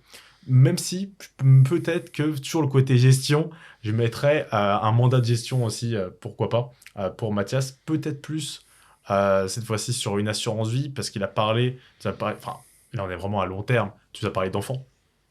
Donc je pense que ouais, te connaissant, les enfants et même ta future femme vont être très très importants pour toi. Et peut-être que à un moment donné, tu te poses la question du côté transmissionnel. Bon là, on est très très loin. Hein. Mais sur l'assurance vie, il y a des avantages qui font que ce que tu vas mettre dedans, du moins une partie, il n'y aura pas d'impôt dessus. Donc les conseils que je pourrais te donner, en effet, ça va de se faire kiffer, de kiffer. Donc la résidence secondaire en France, à Bali, que sais-je, tu vas encore voyager d'ici là, donc tu vas trouver un autre endroit. Si tu me fais plaisir, tu pars à Faro, À Oliard. tu serais pépite. Également, les fameuses SCPI. Je crois que les 200 000 sur le SCPI, on peut chiffrer. Hein. 150 000, pourquoi pas, sur un plan d'épargne action en gestion conseillée. Également, j'oublie pas, il y a ton futur projet. Ton futur projet d'entreprise, donc dans un domaine où tu seras un super, enfin tu pourras kiffer ou quoi. Donc il y a ça aussi, une partie où tu vas mettre là-dedans. Et également un mandat de gestion sur assurance vie. Voilà ma diversification pour Loïd sur 1 million d'euros. Tu rends la copie. Ça y est, c'est bon. Non, moi j'irais globalement sur des points similaires à ceux que tu as évoqués. Effectivement, après la résidence secondaire, quand tu as évoqué ça, j'avais pas pensé à ça, mais ça c'est un choix de vie. Est-ce que tu as envie d'avoir un... Enfin déjà, il faut voir s'il a sa résidence principale déjà, par rapport à la résidence secondaire. Je sais pas, enfin... Ouais, alors, parce qu'en fait, Mathias, je veux voir, peut-être à 30 ans, il aura changé, ou sur 30, 31 ans, on verra. Mais pour l'instant, c'est quelqu'un qui aime beaucoup voyager. Donc, je ne vois pas avoir une résidence principale fixe, en fait, pour le coup. Donc, en fait, Quand la résidence secondaire, c'est en mode kiff qui lui ira de temps en temps, et tous ses proches, il ouvrira la porte à tous ses proches. C'est un peu comme ça que je voyais. Ouais, je vois ce que tu veux dire. Si il a des enfants, il n'aura pas le choix que d'être stable, par exemple, d'ici là. Donc, tout dépend de ça. En tout cas, dans tous les cas, investir sur un bien immobilier. Ouais. Et après, la gestion, c'est est-ce que tu habites dedans toute l'année ou est-ce que effectivement c'est plus un point d'attache et après derrière tu bouges à gauche à droite. Donc peut-être un quart de ton cash sur un bien immobilier, parce que malgré tout c'est quand même bien d'avoir un pied à terre, c'est quand même une valeur assez sûre. Un autre quart en SCPI comme toi. Après tout ce que tu as évoqué sur les mandats de gestion, etc., pourquoi pas, mais admettons que Mathias choisisse de faire des placements en bourse. Peut-être, admettons qu'il place 300 000 euros en bourse. Bah, moi, je recommande quand même 200 000 sur un bon vieux ETF MSCI World et 100 000 euros, pourquoi pas, sur des placements divers. Donc, ça peut être actions à dividendes, etc. Et là, tu passes par une gestion conseillée ou un mandat, pourquoi pas. Et après, le reste, les 200 autres 1000, bah, soit pour réinvestir sur un nouveau projet professionnel, soit les placer, faire un dispatch sur des investissements divers, peut-être, je sais pas moi, 50 000 en crypto, peut-être 50 000 dans des montres, enfin peu importe, tu vois, plus, en plus, enfin, il faut que malgré tout, ça te plaise ce dans quoi tu investis, donc c'est vrai que les SCPI c'est bien, mais c'est un peu père de famille. Ouais. Et c'est que le private equity, je sais pas ce que vous en pensez. Private equity aussi, pourquoi pas, ouais. Franchement, il doit être chaud. En vrai, je viens d'y penser. Ouais. Mais il serait complètement adapté pour Mathias qui aime bien prendre des risques et lui-même a été entrepreneur. Donc investir dans des entreprises françaises, européennes qui sont en croissance, ça va complètement avec son profil. Et là, pour le coup, en moyenne, c'est 15% par an sur les 15 dernières années. Donc quand ça chiffré, c'est un peu plus que le ETF MSCI World. On a plus autour de 9% par an. Donc oui, en diversification, pourquoi pas, clairement. En tout cas, effectivement, un ensemble diversifié sur à la fois des investissements pour investir de manière sereine dans l'avenir et à la fois une partie peut-être plus pour le côté plaisir en fait. Ok, bah, c'est intéressant ce que vous me proposez, les gars. Après, je sais pas si toi, tu as déjà réfléchi. Les impôts sur les 1 million d'euros que tu vas avoir. Ah ouais, c'est vrai, c'est vrai. Il y en aura aussi. C'est vrai. Et Bon, ouais. on va dire que c'était les 1 million net d'impôts. Ouais, c'est 1 million net. On va dire. Ouais. Je sais pas après toi si tu avais réfléchi à. Bon, je crois pas parce que c'est pas quelque chose qui t'intéresse pour l'instant, mais à des solutions en particulier. D'investissement, non, je te dis, T'as des potes qui investissent plus dans l'immobilier ou dans la crypto, c'est ça Mhm. quand tu faisais des amis à Dubaï, etc. ouais, c'est ça. Mais non, pour l'instant, full réinvestissement dans la trésor de la boîte, Ok. enfin dans la croissance de la boîte, pardon. Bah écoute, ce qui est intéressant, c'est qu'on pourra refaire un épisode, comme tu l'as dit, dans 1 an, 2 ans, et voir Les où t'en es avancées. en fait. Est-ce que tu as évolué est-ce que la boîte, elle a évolué, je le souhaite, et est-ce que tu souhaites peut-être faire autre chose? Exactement. En tout cas, les gars, je vous remercie pour vos précieux conseils. Ah ouais. Bah, merci à écoute, toi. Merci à toi, parce que c'est tu as posé la gratuit, question. hein, c'est gratuit. T'as un Enfin, parce que verre, C'est gratuit, c'est Ouais, gratuit. ouais, Ah j'ai parlé trop vite, j'ai parlé trop vite. Eh ouais, parce que moi, bon, j'avoue que je voulais pas faire un épisode de Vésiné dans la cuisine, quoi. Donc je me suis dit, allez, les gars, venez, on va dans un studio de podcast. Ouais. Et ils m'ont dit, bah d'accord, mais on divise par 3. En tout cas, t'es un des rares invités qui nous a posé des questions ouvertes comme t'as fait. Ça, c'est marrant d'ailleurs d'avoir participé aussi. Ouais, on Bah, était- franchement, c'était intéressant, en vrai, Ouais. d'avoir votre point de vue, votre expérience et tout. Petite discussion chill, quoi. Bon, si pour terminer, c'est vrai que toi, tu es quelqu'un qui a fait beaucoup de voyages. Est-ce que c'est quoi la destination que tu as préférée? Je pense que en vrai, c'est un peu une réponse de violoniste là que je vais vous faire, mais toutes les destinations sont différentes, tu vois. Bien sûr. Je dirais que les destinations qui m'ont marqué récemment, c'est Bali. En vrai, j'ai bien kiffé Bali parce que je trouve que le mood est hyper intéressant. C'est un mood qui est positif. Tu vois, c'est comme si les gens là-bas, ils n'étaient pas câblés pareil que chez nous, tu vois, en Europe notamment. Enfin, les gens voient la vie par le prisme positif, tu vois. Du coup, tu as tout le temps le sourire. Il y a, tu vois, une forme de confiance et de respect envers les individus qui est hyper intéressant parce que du coup, même s'il n'y a aucune règle, bah, cette confiance et ce respect font que globalement, ça se passe plutôt bien. Après, j'y suis resté que quelques mois, donc je suis pas un insider du pays. Non, si ça mais se c'est trouve, en ton fait, point de c'est- vue à toi, Voilà. personnel. Après, chacun peut avoir un point de vue différent. Exactement, mais donc j'ai bien kiffé ça. J'ai kiffé l'idée que, bah, en fait, tu peux te constituer un environnement hyper propice au focus sur toi-même et sur tes projets. On parle beaucoup de Dubaï de ce point de vue-là, où tu sais, tu peux commander ta nourriture, tout T'as la salle de commander. sport dans le building. Voilà, exactement. Mais en fait, à Bali, en fait, tu as un confort de vie similaire qui t'est accessible. Et donc, ce côté humain, optimisé, confort optimisé, et puis le côté aussi, tu vois, nature authentique, le fait que bah, quand t'en as marre de Bali ou de chez toi, bah, juste tu quittes ton île paradisiaque pour aller sur une autre île paradisiaque et je sais pas, aller dans les îles aux alentours, en Indonésie ou aux Philippines ou quoi, enfin, je trouve ça incroyable. Donc Ok. ouais, je kiffe bien l'équilibre que j'ai à Bali, j'aime bien Dubaï aussi forcément. Là, c'est sûr que- Tu y es allé dernièrement, c'est ça, à Ouais, Dubaï, j'y suis, t'as fait un j'y saut suis, là-bas. Ok. j'y suis allé plusieurs fois, dont assez récemment. Et là-bas, ce qui est fou en vrai, c'est les gens que tu rencontres. C'est des gens qui ont des ambitions démesurées. Et ce qui est marrant, c'est que ce combo Bali-Dubaï, finalement, c'est le combo de beaucoup de gens qui passent Ouais. une partie de l'année dans l'une de ces deux destinations et l'autre partie dans la deuxième. Et en fait, ces profils-là, je m'entends super bien avec eux parce que c'est des gens qui intérieurement sont très développés, tu vois, c'est des gens qui sont full en mode spiritualité, bonheur, paix intérieure, etc. Et qui en même temps accomplissent des trucs de fou dans le monde réel. Et donc je dirais que, ouais, pour ces deux raisons, j'avoue que Dubaï et Bali, c'est des destinations que j'ai bien kiffé. Mais après, tu vois, quand il y a 3 ans, je suis parti monter le Kilimandjaro avec des potes, c'était un voyage qui était incroyable, tu vois. Je pense pas que je pourrais revivre une expérience similaire à Bali ou à Dubaï. Donc, tu vois, quand tu me dis quelle est la destination que tu retiens, je dirais que ça dépend pourquoi, en fait. Ok. Bah, c'est une bonne réponse. Ouais, très complet. C'est une bonne réponse parce qu'effectivement, ça va dépendre de l'objectif de ton voyage. Est-ce que c'est pour y habiter? Est-ce que c'est plus pour le kiff? Est-ce que c'est pour... Mais Voilà. effectivement, à Bali, je sais qu'on avait croisé beaucoup de personnes qui, l'hiver, vivaient à Dubaï et l'été, vivaient à Bali parce que, effectivement, Dubaï, l'été, c'est assez compliqué. Et il y avait beaucoup de profils comme tu viens de citer, en fait. On avait rencontré un petit peu avec Anto. Ouais. Mm. Ouais, exactement. Bon, bah, on va conclure là-dessus. Hein. Ouais, bah Loïd, Merci. merci hein. d'être venu. Ouais. Merci pour ce podcast un peu innovateur. Ah, L'endroit où ça on m'a est fait actuellement. plaisir, les gars, que vous très acceptiez sympa. de venir jusqu'ici. Franchement, ça va être quali. Là, c'est une nouvelle étape pour Café Ouvert Ah, d'eau. mais là, ouais, Attention, ça marque un tournant. ça Ouais, va on qu'à s'est Ça mis tourner. marque l'année un en plus. tournant. Bon, bah, merci. Et puis, merci d'avoir écouté. À bientôt. Merci à tous. À bientôt. Ciao, ciao.